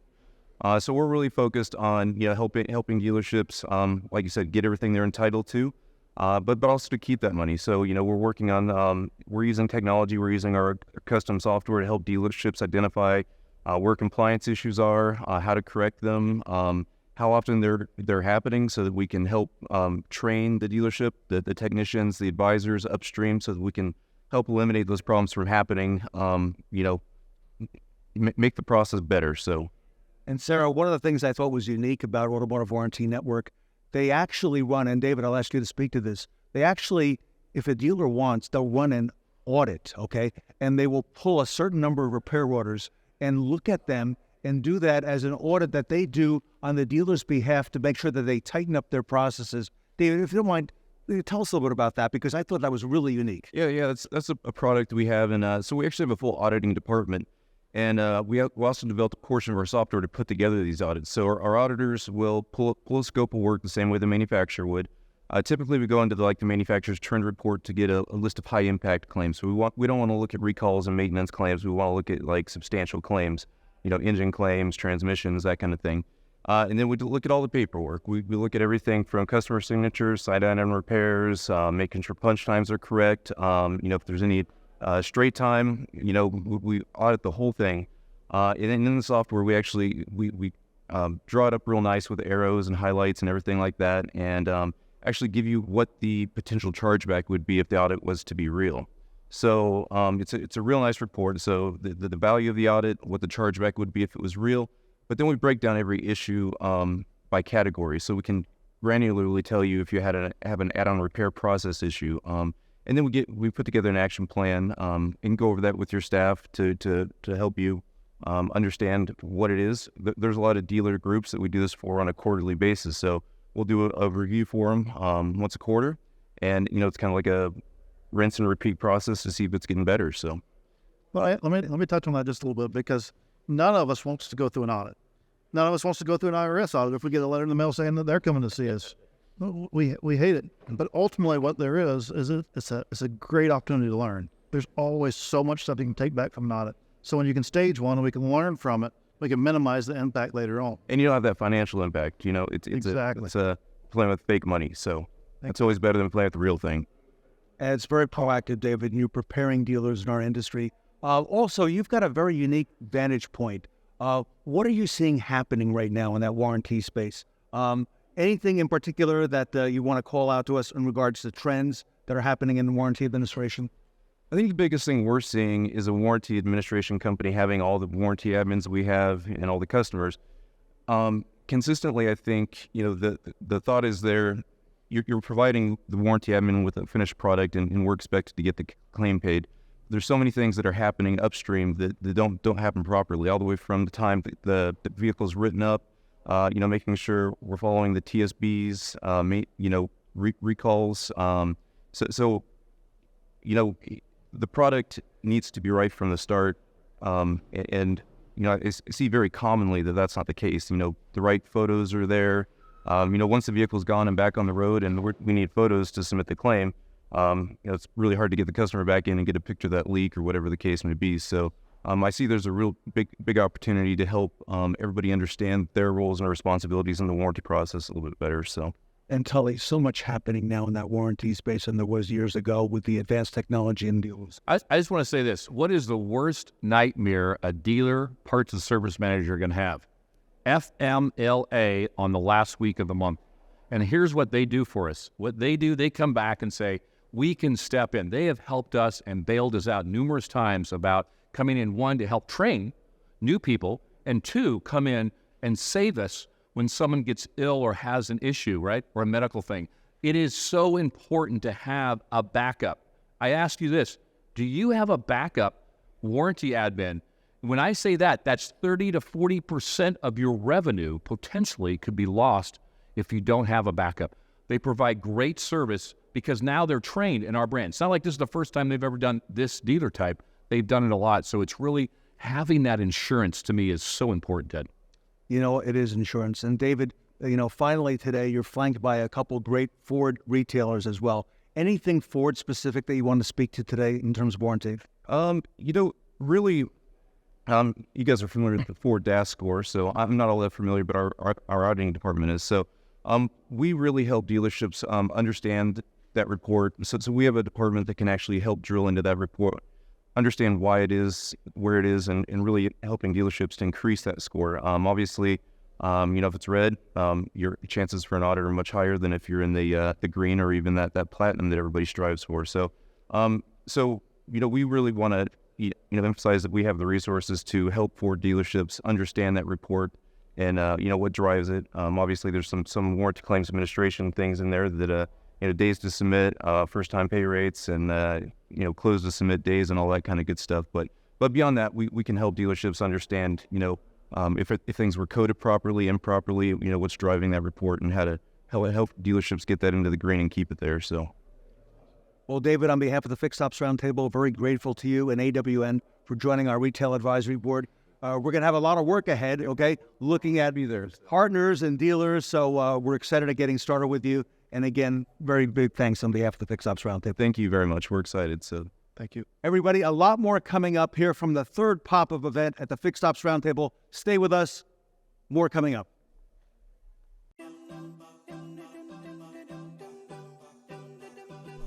Automotive Warranty Network is the largest and most experienced manufacturer's warranty claims processing company and warranty resource in the world. We have experience with all manufacturers and have hundreds of talented, experienced warranty administrators that are trained and certified. We work with over 1,000 dealerships in North America and have partnerships with hundreds of dealer groups, including most major publicly held groups. We comply with all the FTC safeguard regulations to ensure your data is protected and the warranty transactions we are making on your behalf are safe. When you partner with Automotive Warranty Network for your warranty claim collection needs, you are assigned an experienced, manufacturer-certified warranty specialist that will work on your warranty repairs on a daily basis in your DMS. Our claims management service is a full warranty claims administration service. From examining the repair for compliance-related issues once the technician is completed with the repair, then properly coding the repair with the proper labor operations in the DMS, submitting the repair to the manufacturer for payment, and also performing the accounting work once the repair is made, by reconciling the warranty schedule and accounting for any discrepancies in payment. During this process, we use our proprietary CARS software to make you aware of compliance issues that you need to be aware of and address to make sure claims stay compliant in the event of an audit. Our software also tracks the frequency of certain compliance issue types and who is responsible for them in your dealership, so we can help your staff better understand their roles and responsibilities in the process and help them perform their job function more efficiently. In addition to warranty claims administration, we also offer a proactive mock auditing service where we can perform an audit the way the manufacturer would, showing you what your exposure would be if the manufacturer were to audit you today, without the real expense of a potentially costly financial loss. During this process, we will ask for the hard copies and supporting documentation for a list of 20 to 50 repair orders, depending on the scope of audit requested. Our auditing team will then analyze the repairs with the same discretion that a manufacturer auditor would and assemble the information in our proprietary software. The result will be a detailed report with the value of the audit and the potential loss. We will break down each issue type by category and dealership personnel associate with each discrepancy, so we can show you the most common problem and who is responsible for them. The report will also have each included repair order in PDF format, marked up so we can show you exactly what is wrong. Each report comes complete with an action plan and a detailed review with the auditor and your staff over Zoom, so you can ask any questions you may have. We also have a team of trainers that can work with your technicians, advisors, and service personnel on what their role and responsibilities are in the warranty process and best practices to make sure everyone is performing to the best of their abilities to ensure the best outcome if the warranty work is to be audited. Our training can be recommended as a result of one of our proactive audits or performed as an a la carte service. If you're looking for the best solution for your warranty claims administration and management needs, Automotive Warranty Network is the solution for you. With over 280 trained and certified warranty administrators, team leads, auditors, and support staff, we have the resources to collect the money you are entitled to in a timely manner and help you retain that money in an audit. Please visit our website to see what hundreds of satisfied clients say about our service, or contact us at info@awninc.com or 303-703-9143.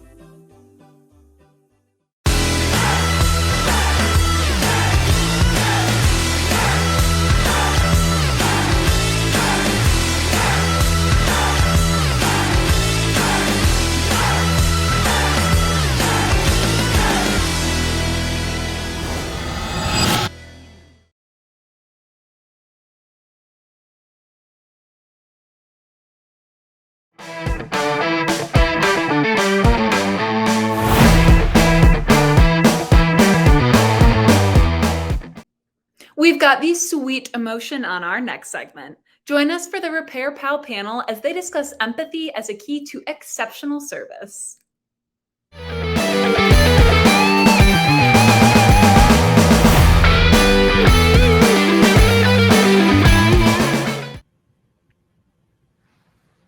Welcome back to the Fixed Ops Roundtable. I'm Ted Ings, and it is a great honor to welcome this panel of experts from retail to the Repair Pal panel. We're going to talk today a little bit about empathy. I see some friends who have been on here many times before. I'm going to ask you all to introduce yourself. Martha, you're no stranger to the roundtable. For those who don't know, tell us who you are.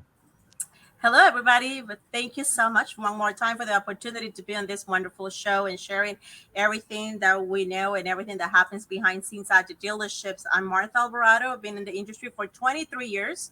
BDC directors at the Wonders Toyota in California. And Martha, we're very grateful to you. You were at our very first Fixed Ops Roundtable on the West Coast in 2019. So thank you for all you do. You came out to the ones in Vegas as well. So very honored to have you. Daryl Terrell, give us an intro. Hello, everybody. Thank you for having me on. My name is Daryl Terrell, Parts and Service Director here at Matt Bowers Chevy Metairie. This is my third panel on with you, Ted, man. It's an honor, man. It's a pleasure having me back, man. Looking forward to having some fun today and just sharing our insights on empathetic and being, empathetic to our customers. Yeah, great topic. I love it. Tammy, if you would introduce yourself. Hello, my name is Tammy Ventura. I'm excited to be here today, and what a great topic, talking about empathy and the driving with our customers.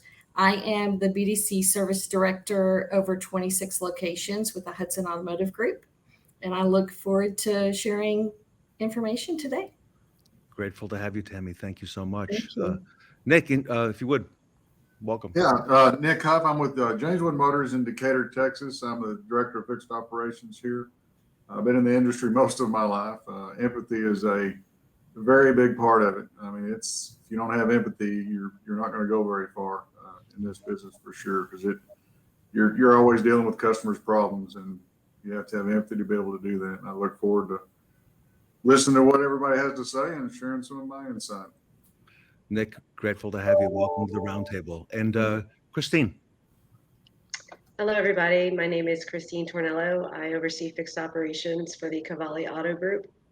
We are in the Central Florida area, Tampa, Lakeland, St. Petersburg. This is my first time being on the roundtable, so I appreciate the opportunity. Also meeting new people as well.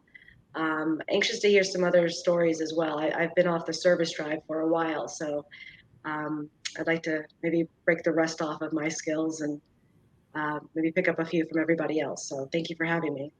Oh, well, honored to have you, Christine, and honored to have Cavalli back. Your group has been a big part of our events the last 4.5 years. So thank you all for being here. So talking today a little bit about empathy. Daryl, let me come to you first. First of all, Daryl, how would you define empathy within the context of the service drive? And why is that so important in what we do? Empathy is defined, it's you allowing yourself to fully take yourself out of your situation and view the problems or the circumstances from another person's point of view. And it's really trying to find a resolution to help that person out and solve it. And that's how I define empathy in my drive. And I try and teach my advisors, when customers come in frustrated, they come in upset, it's never they're upset with you. You got to take yourself out of, take yourself out of the heat, take yourself out of the emotions, and really put yourself in their shoes and see where they're coming from. And that's how I define empathy on the service drive. I love it. Martha, you and I have been talking about empathy for a long time. How would you define empathy, within that context of the service drive? And the service drive, empathy for me, it's gonna help you build a connection. And the reason is because it's going to help you perceive other people's pains and challenges and how they're feeling on that situation. Okay. While, sympathy is more like a pity feeling, it's something that, you don't really understand. Empathy, it's taking you there to understand the pains that they're going through and kind of like getting into their shoes, like Daryl was mentioning. Yeah. Super. Tammy, you got a lot of stores there at Hudson Automotive Group. What would you say defining empathy? Oh, wow. It's a broad range. And, I really like to start with the culture that we create with our team and help to ensure that everyone understands and remembers where the customer's coming from, that we all handle things in the same way and take ourselves, like Daryl said, out of the situation and remember the emotions that the customer's feeling, the fear, the frustration, the anxiousness, what put them there, listening and making sure we're communicating effectively with the customer and truly taking the time to understand. That's so strong. Daryl, let me do a quick follow-up with you. That word culture, we've heard a lot about that these last couple of years on the roundtable, and it's such an important part of what we do at the dealership, isn't it? Yes, culture is everything. You got to remember that your employees, you're an example for your employees, and then your employees, they branch off to your customers. So you got to make sure you set the right tone. You got to make sure you're building the right culture around the right things. It's all about integrity. You got to you build a culture with integrity, transparency, and then everything else goes with that. It goes hand in hand with that, and it's all about helping people. At the end of the day, we're in a business to help people. Without helping people, we won't be in business. So when you're building a culture, you got to keep in mind that it's all about helping people. Your staff got to understand it's all about helping people. At the end of the day, man, if it's fixing a car, trying to speed up a process with getting a part sooner, seeing if you could get any kind of assistance with goodwill assistance for a customer. It's all about helping the customer at the end of the day, and just being empathetic to what they have going on in their lives. And if you could help customers, it branches off to, that one customer tells another customer, and it creates a win-win situation for your business. Christine, I got to come to you on this one. Culture, it's right in Cavalli's wheelhouse. Your organization has built a great culture there. If you'd like to speak to that. For sure. It's, I think everybody's kind of checked all the boxes with the empathy and sympathy as well. With culture, that's what you breed, and it's what you live, it's what you breathe, and it's what it's what the clients, your customers, your vendors, your business partners, that's what they see when they come in. That's what they deal with. It's transparency, it's honesty, it's respect. If you can't have a good culture, you're just not going to fit in with our group.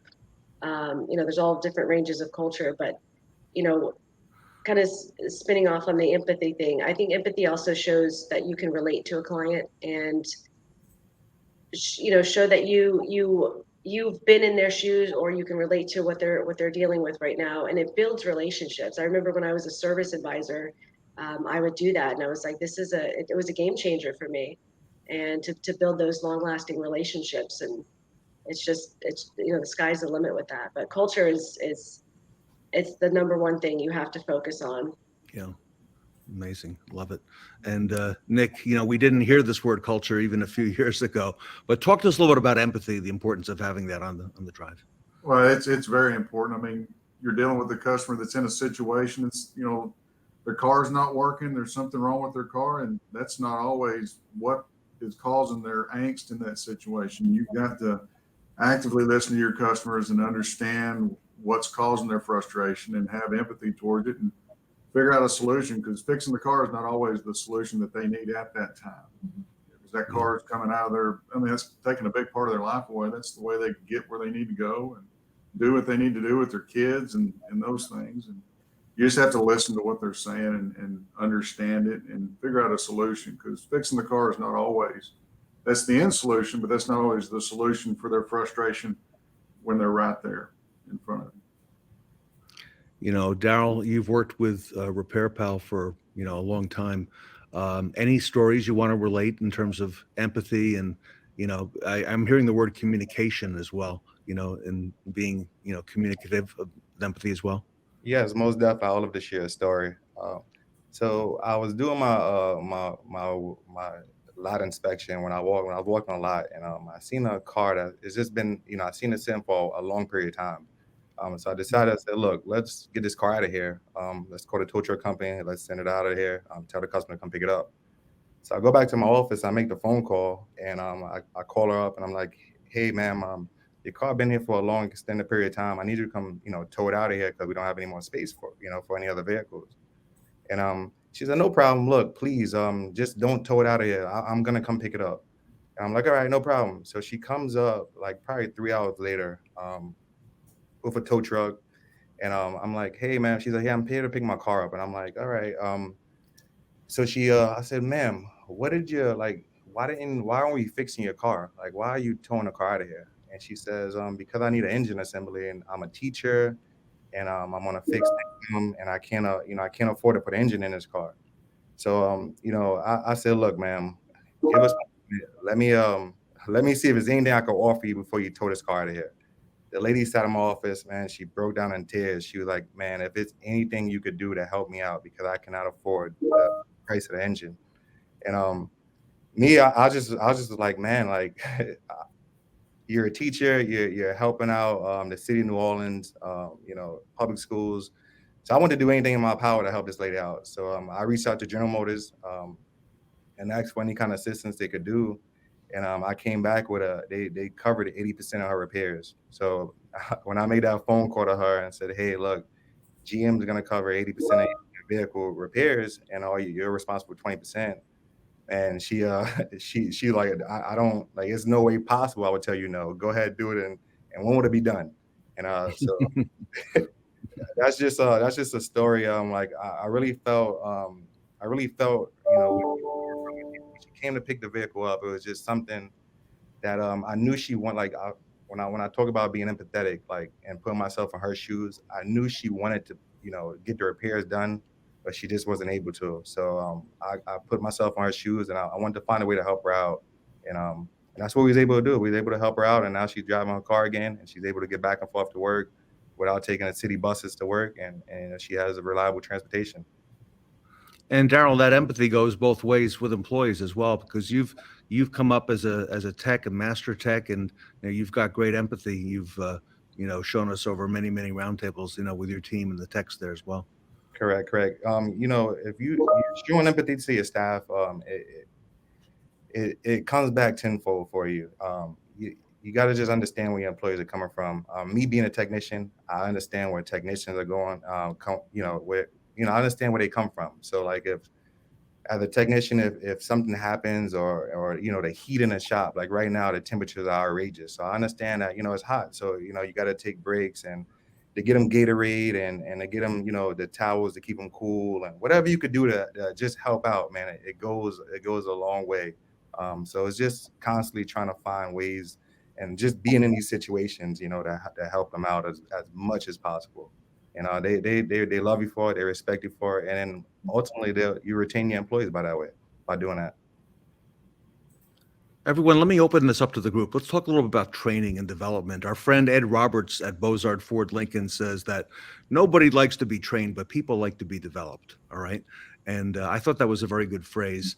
Let me open this up to everyone here. How can dealerships effectively hire? I know you all have onboarding processes, but how do they hire and train their staff to demonstrate empathy towards customers? In fact, Martha, you and I have talked about this as well, okay, and the importance of training. If you'd like to lead off on that, then I'll open that up to the group, whoever likes to answer that as well.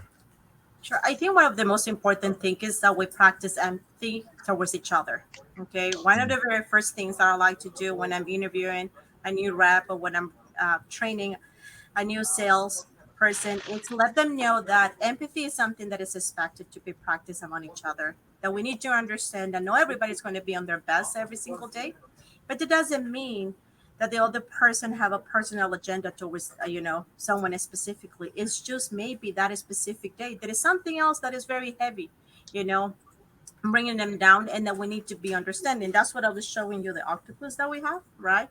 Because everybody has the right sometimes to not to be on their best. Okay, sometimes we just need to also make sure that we are open. So creating an atmosphere where it's a safe space where you can feel 100% comfortable to be open to your coworkers and say, listen, today it's a day that I'm struggling. You don't have to disclose on what, but just make sometimes awareness, because sometimes we may say or act in a different way that the other ones are going to perceive different. So empathy is a daily thing. It's a daily teaching. And when you do that, then little by little, they also learn how to practice it with the customers. Because when my reps are on the phone with the customer and we constantly telling the customer, no, we can't, and no, I'm not, then the customer, the only thing that they hear is something negative. Then I'll call out, okay, what about that's you? What about is you the one that is calling the dealership requesting that service or asking that question? Because you need to take your kids to school, because you need to, you need your car to go to work, and maybe because you're short this month on your income and this is an extra expense that you're not, you weren't counting on making it. So it's important. We have to lead by the example. We have to definitely lead by the example in order for them to spread that empathy with the customers. Wonderful. Anybody else like to weigh in on training and development with your staffs and hiring and making sure that your staff demonstrates empathy? Yes. Well, I think one way you can do it is just paying attention to your staff. I mean, listening to them, watching their mannerisms from one day to the next. You can read their body language and understand one day they're struggling. They don't have to speak that they're struggling, but you just know they are, and just meet them somewhere as you're walking down the hall and just say, hey, come talk to me for a minute. You just ask the question. Ask the question, you doing okay today? And just see what you can do to help them. I mean, that's a lot of times is just they know that you're paying attention and that you want to help too.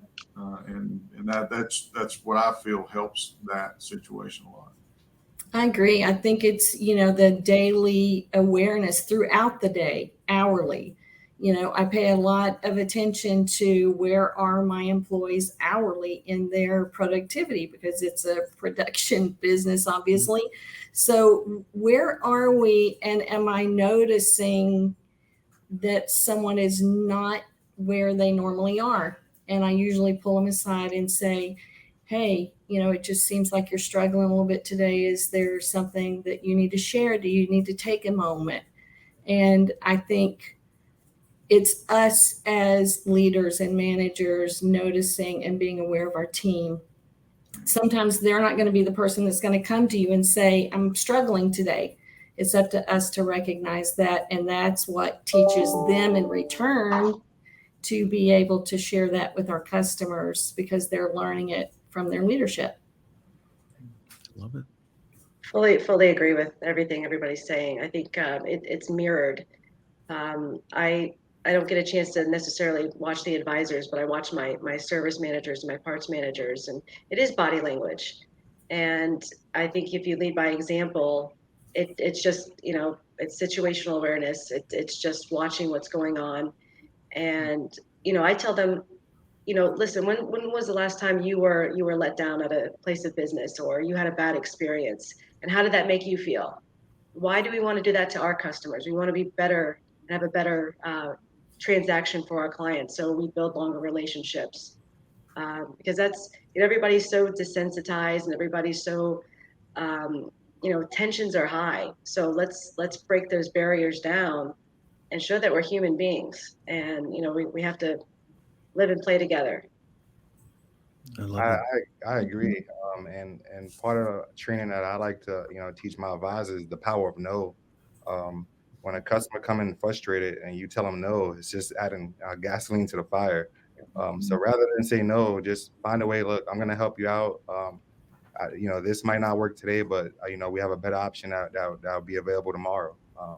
So just understanding the power of no, that's always a no-win situation. And I try and teach my guys just to keep that word out of their mouths and just find solutions. Customers don't want to hear no, they want to hear solutions. Yeah, if you tell them no, you better have some options for them. Correct. Right. Everyone, do you agree that that's something that perhaps we should train also as leaders at the dealership? Because empathy comes into this. Empathy. Yeah, go ahead. Definitely taking that word out. It's very hard, especially like for myself, and Tammy, I think dealing with the BDC reps, making sure that word doesn't come out so easy when they're talking and speaking to customers over the phone. Because one more time, it's like when we're little kids and we're told no, right? We close our options. We don't want to hear anything else. And everything changes. So being able to use different words, okay, words that they're going to drive the same results, but they're not going to have the impact, the negative impact, because yes, it is. There is a saying, right? It's not what you say, it's how you say it. But at the end of the day, it's not about that. It's how I make you feel. Okay, so it's how I make you feel about the words that. So choosing the right words, it's a constant training them on like what to say, how to say it, and also that to make sure that it comes out as a human, as an authentic option, not something from a script, not something that you just want to read for them to be happy about it. Yeah. Right. We train on that quite a bit on best practices, transfer opportunities, what to share with the customer, how to search for options for the customer and be able to get them to the next level and diffuse the situation with the customer instead of increasing it. So when we have that scenario, we'll bring the BDR in and I'll pull them immediately to listen to the call and say, just pause throughout the call and stop at each area and say, if you had done this here, it may have turned into this instead of this. And that seems to be very effective. You know, I think it's important understanding the why. We always talk about understanding the why and why we're doing what we're doing and how it affects the customer and the dealership and everyone down the line. It's a domino effect. So it's critical to train that. And Tammy, this empathetic process begins, as you just alluded to, before the customer even gets to the dealership. That's while correct. They're in the process of making an appointment or asking questions, which I imagine many customers do. That is correct. Absolutely. We can determine a person's mentality before they walk into the dealership, and they either walk in with a mentality of carrying a weight or they walk in with a mentality that they're in good hands and that we all work together as a team. And a lot of times we set that tone. And Nick, we got to make sure there's no disconnect, right? When the customer gets to the dealership, that we remain empathetic out of the drive. Yeah, you got to listen. I mean, that's one of the keys is to listen and just understand their needs. I mean, that's the biggest thing, and show that you genuinely care. Because usually when they get to us, that warm fuzzy feeling that they had when they bought that vehicle is generally gone. You know, that's right. It's a problem now, and you just got to figure out a way to fix their problem. Like I said, it's not always the car being broke that's the problem. Right. And to your point, Nick, it's important for all of us to recognize that we're working together as a team. We are team members. So when we have a situation with a customer like that, we are effectively and clearly communicating that to the management, to the advisors in the lane, and making sure the handoff with that customer is very successful. And they don't walk in wondering, does somebody really know my journey, or am I going to have to walk in and start all over, which creates a different level of frustration. So, you know, to have that connection, that communication piece is critical. Yeah, it is very critical. Very important. Let me put a little bit of a different spin on this. What about employee engagement and morale? You know, it's one thing to acquire a customer, but to attract and to retain an employee, a whole nother thing.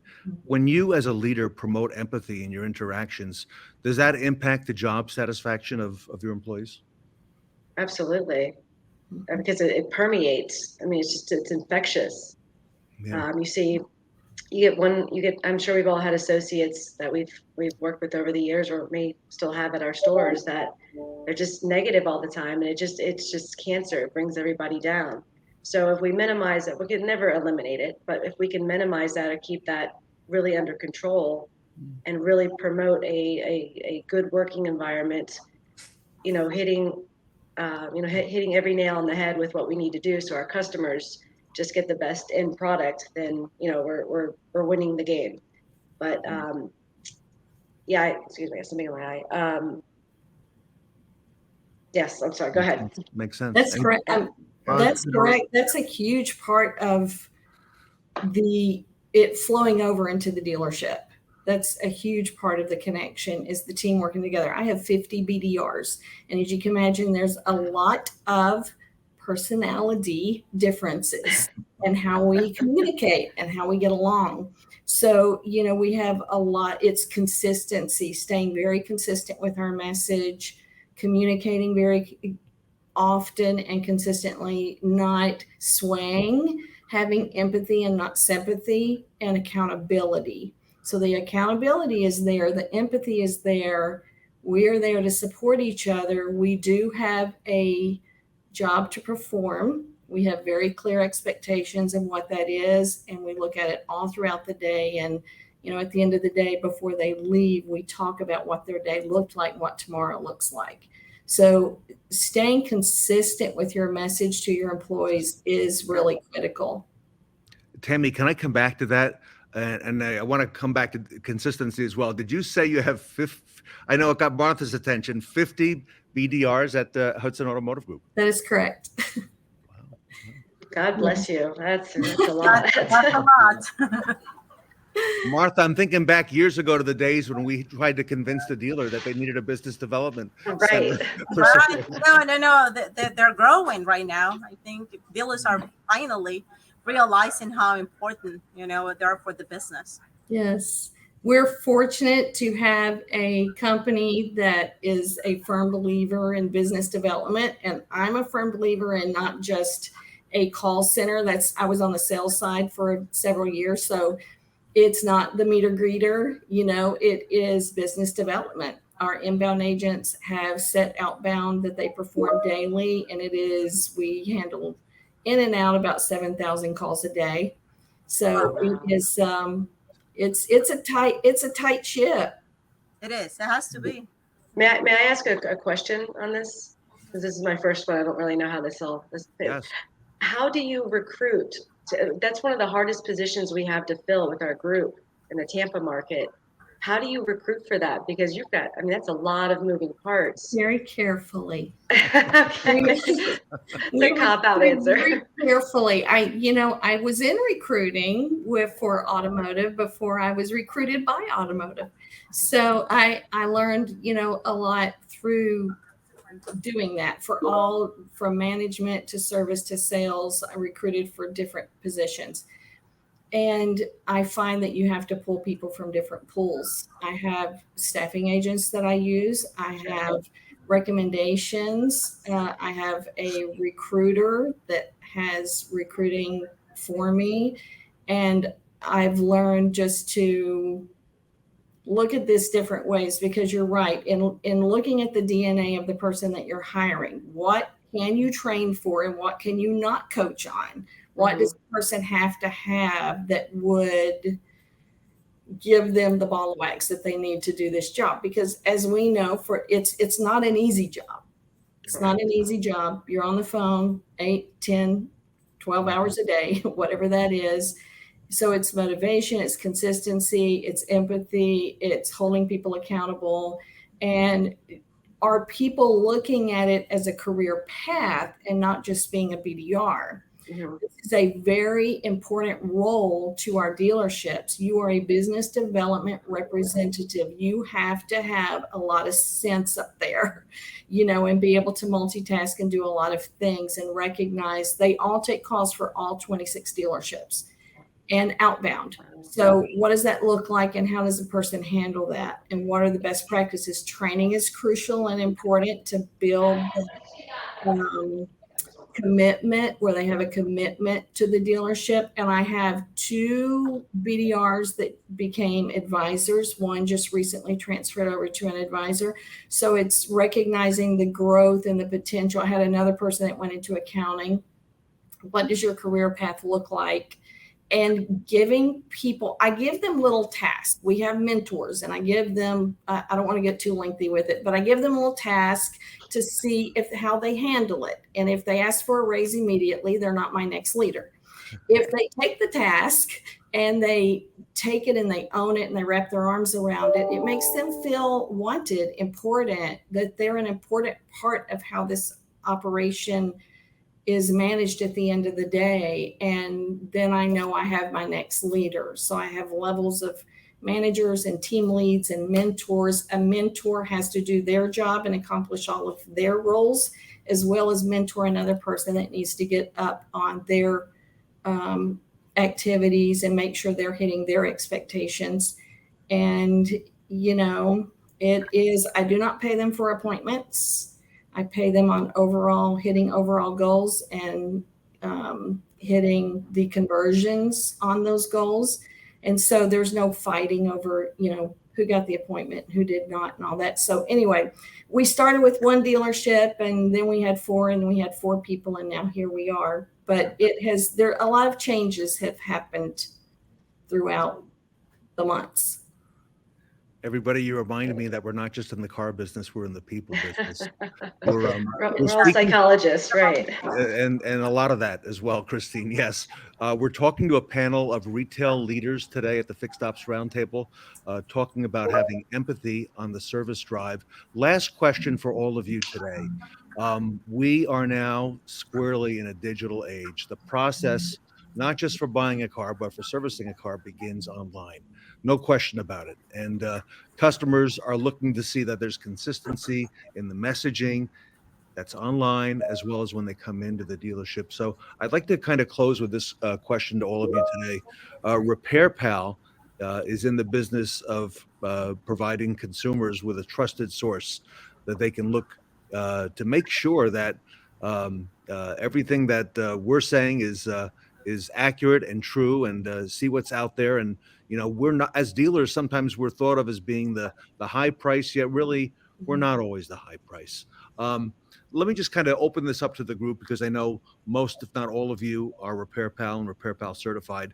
Has any of the tools, or have any of the tools that RepairPal has provided your dealership helped to provide a positive experience for your customers?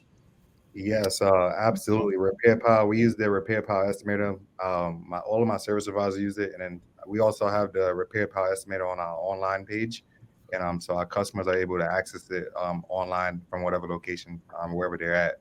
But it helps out tremendously, because it cuts the assumption from from our customers that the dealerships are priced higher than any other shops.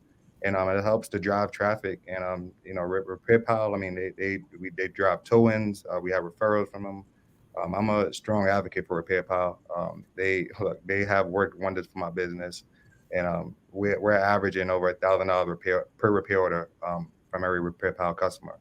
So RepairPal, it helps increase our business, and it helps create transparency with customers that we would never have had, because they had the assumption that we're more overpriced than any other place locally.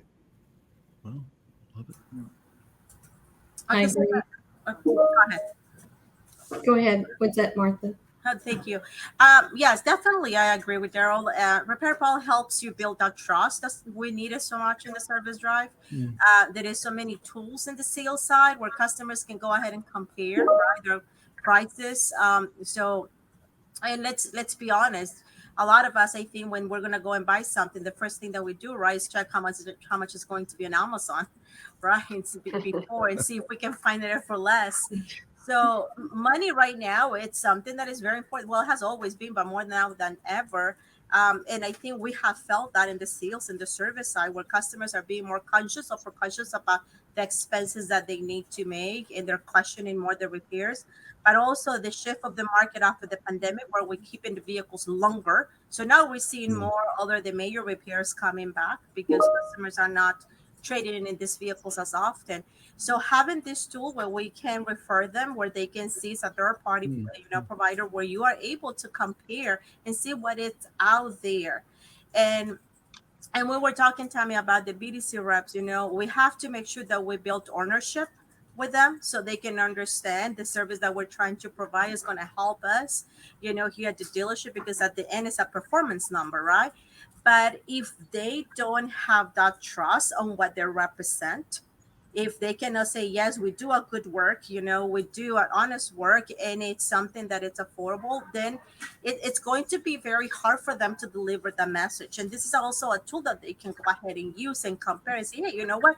Like Ted just said, we're not the most expensive place. So it gives them more security, like when they're explaining things, to the customers. That's correct. And I have always been a firm believer, whether I was on the sales and or service side, and both at one point for a few years, I'm a firm believer in bringing the vendor in and making sure my team completely understands what it's about, how it operates, and how it supports the stores. If we don't do that, if we don't give them that education, they don't know what to do with it or how to share that with the customer.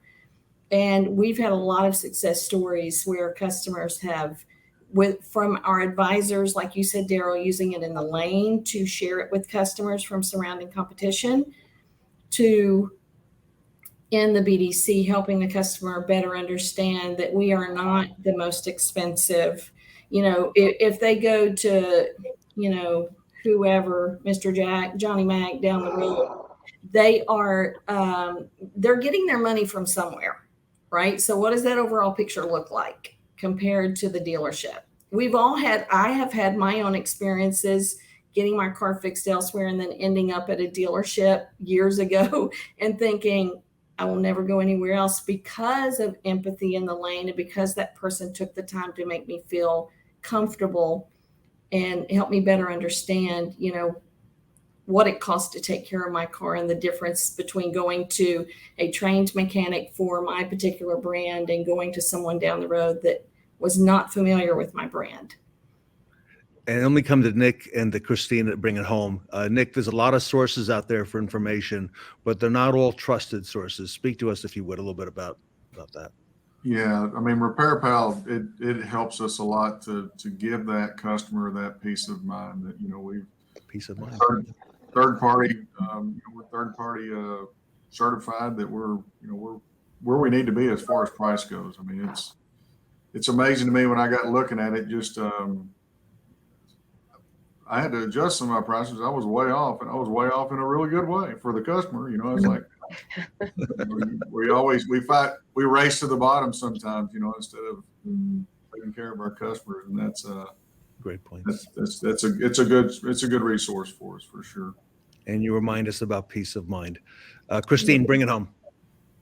So we literally just signed up with Repair Pal. So it's definitely a new partnership with us. But when Gino mentioned it to me and said I've got to set up a meeting, meet me at this store, I was like, another vendor? Oh God, okay, I got to sit through this. Let me see what game I could play on my phone while we're getting the presentation. But they did a great job.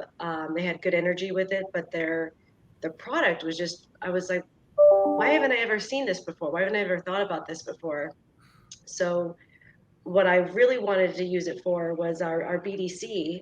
We do have a centralized BDC department that answers for all of our brands. And people do ask specific questions on, how much is this to do this Maserati repair, Alfa repair, Audi, VW.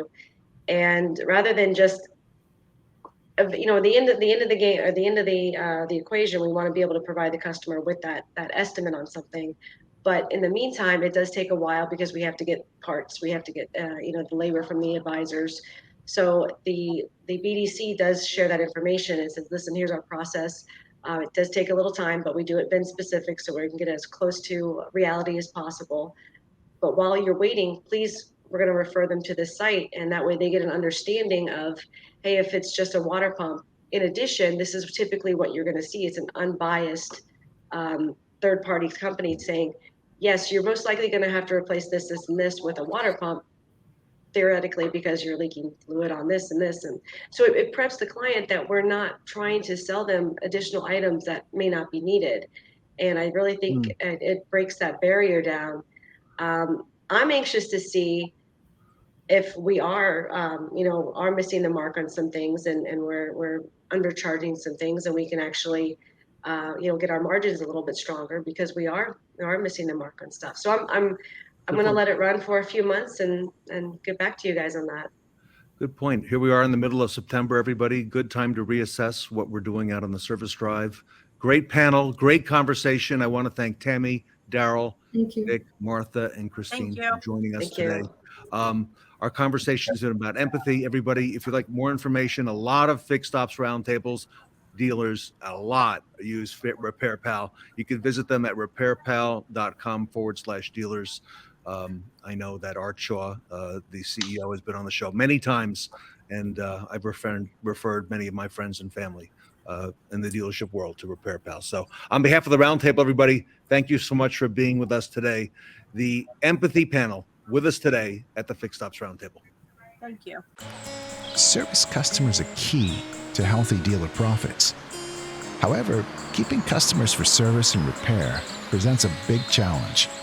Over 80% of car owners stop using dealers over the years after their warranty expires. And 3 of 4 go online to research pricing. The reason? People think dealers overcharge for service and repair. That is where Repair Pal can help. Each month, millions of customers trust Repair Pal to find high-quality auto repair at prices that are fair and transparent. And we're talking repairs, not oil changes.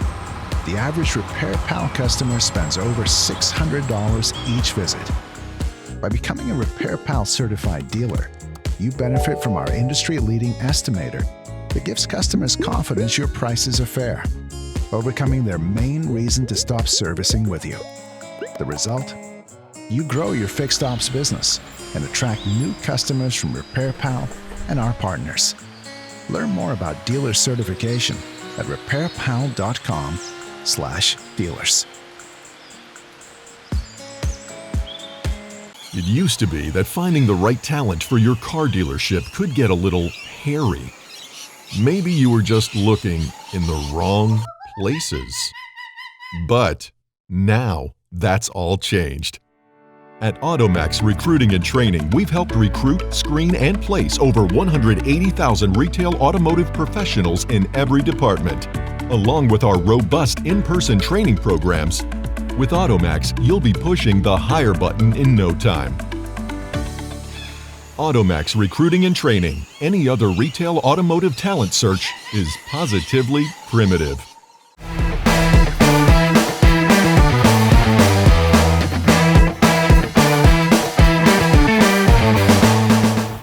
Ain't no sunshine without the Fixed Ops Roundtable. Thanks for joining us on opening day of our FORTSTOCK Festival. Don't forget to vote for our Best Practice Awards that will be announced at the end of the event. Thanks for vibing with us today, and stay tuned for day 2 where we'll keep on keeping on. So grab your best threads and we'll see you cool cats tomorrow.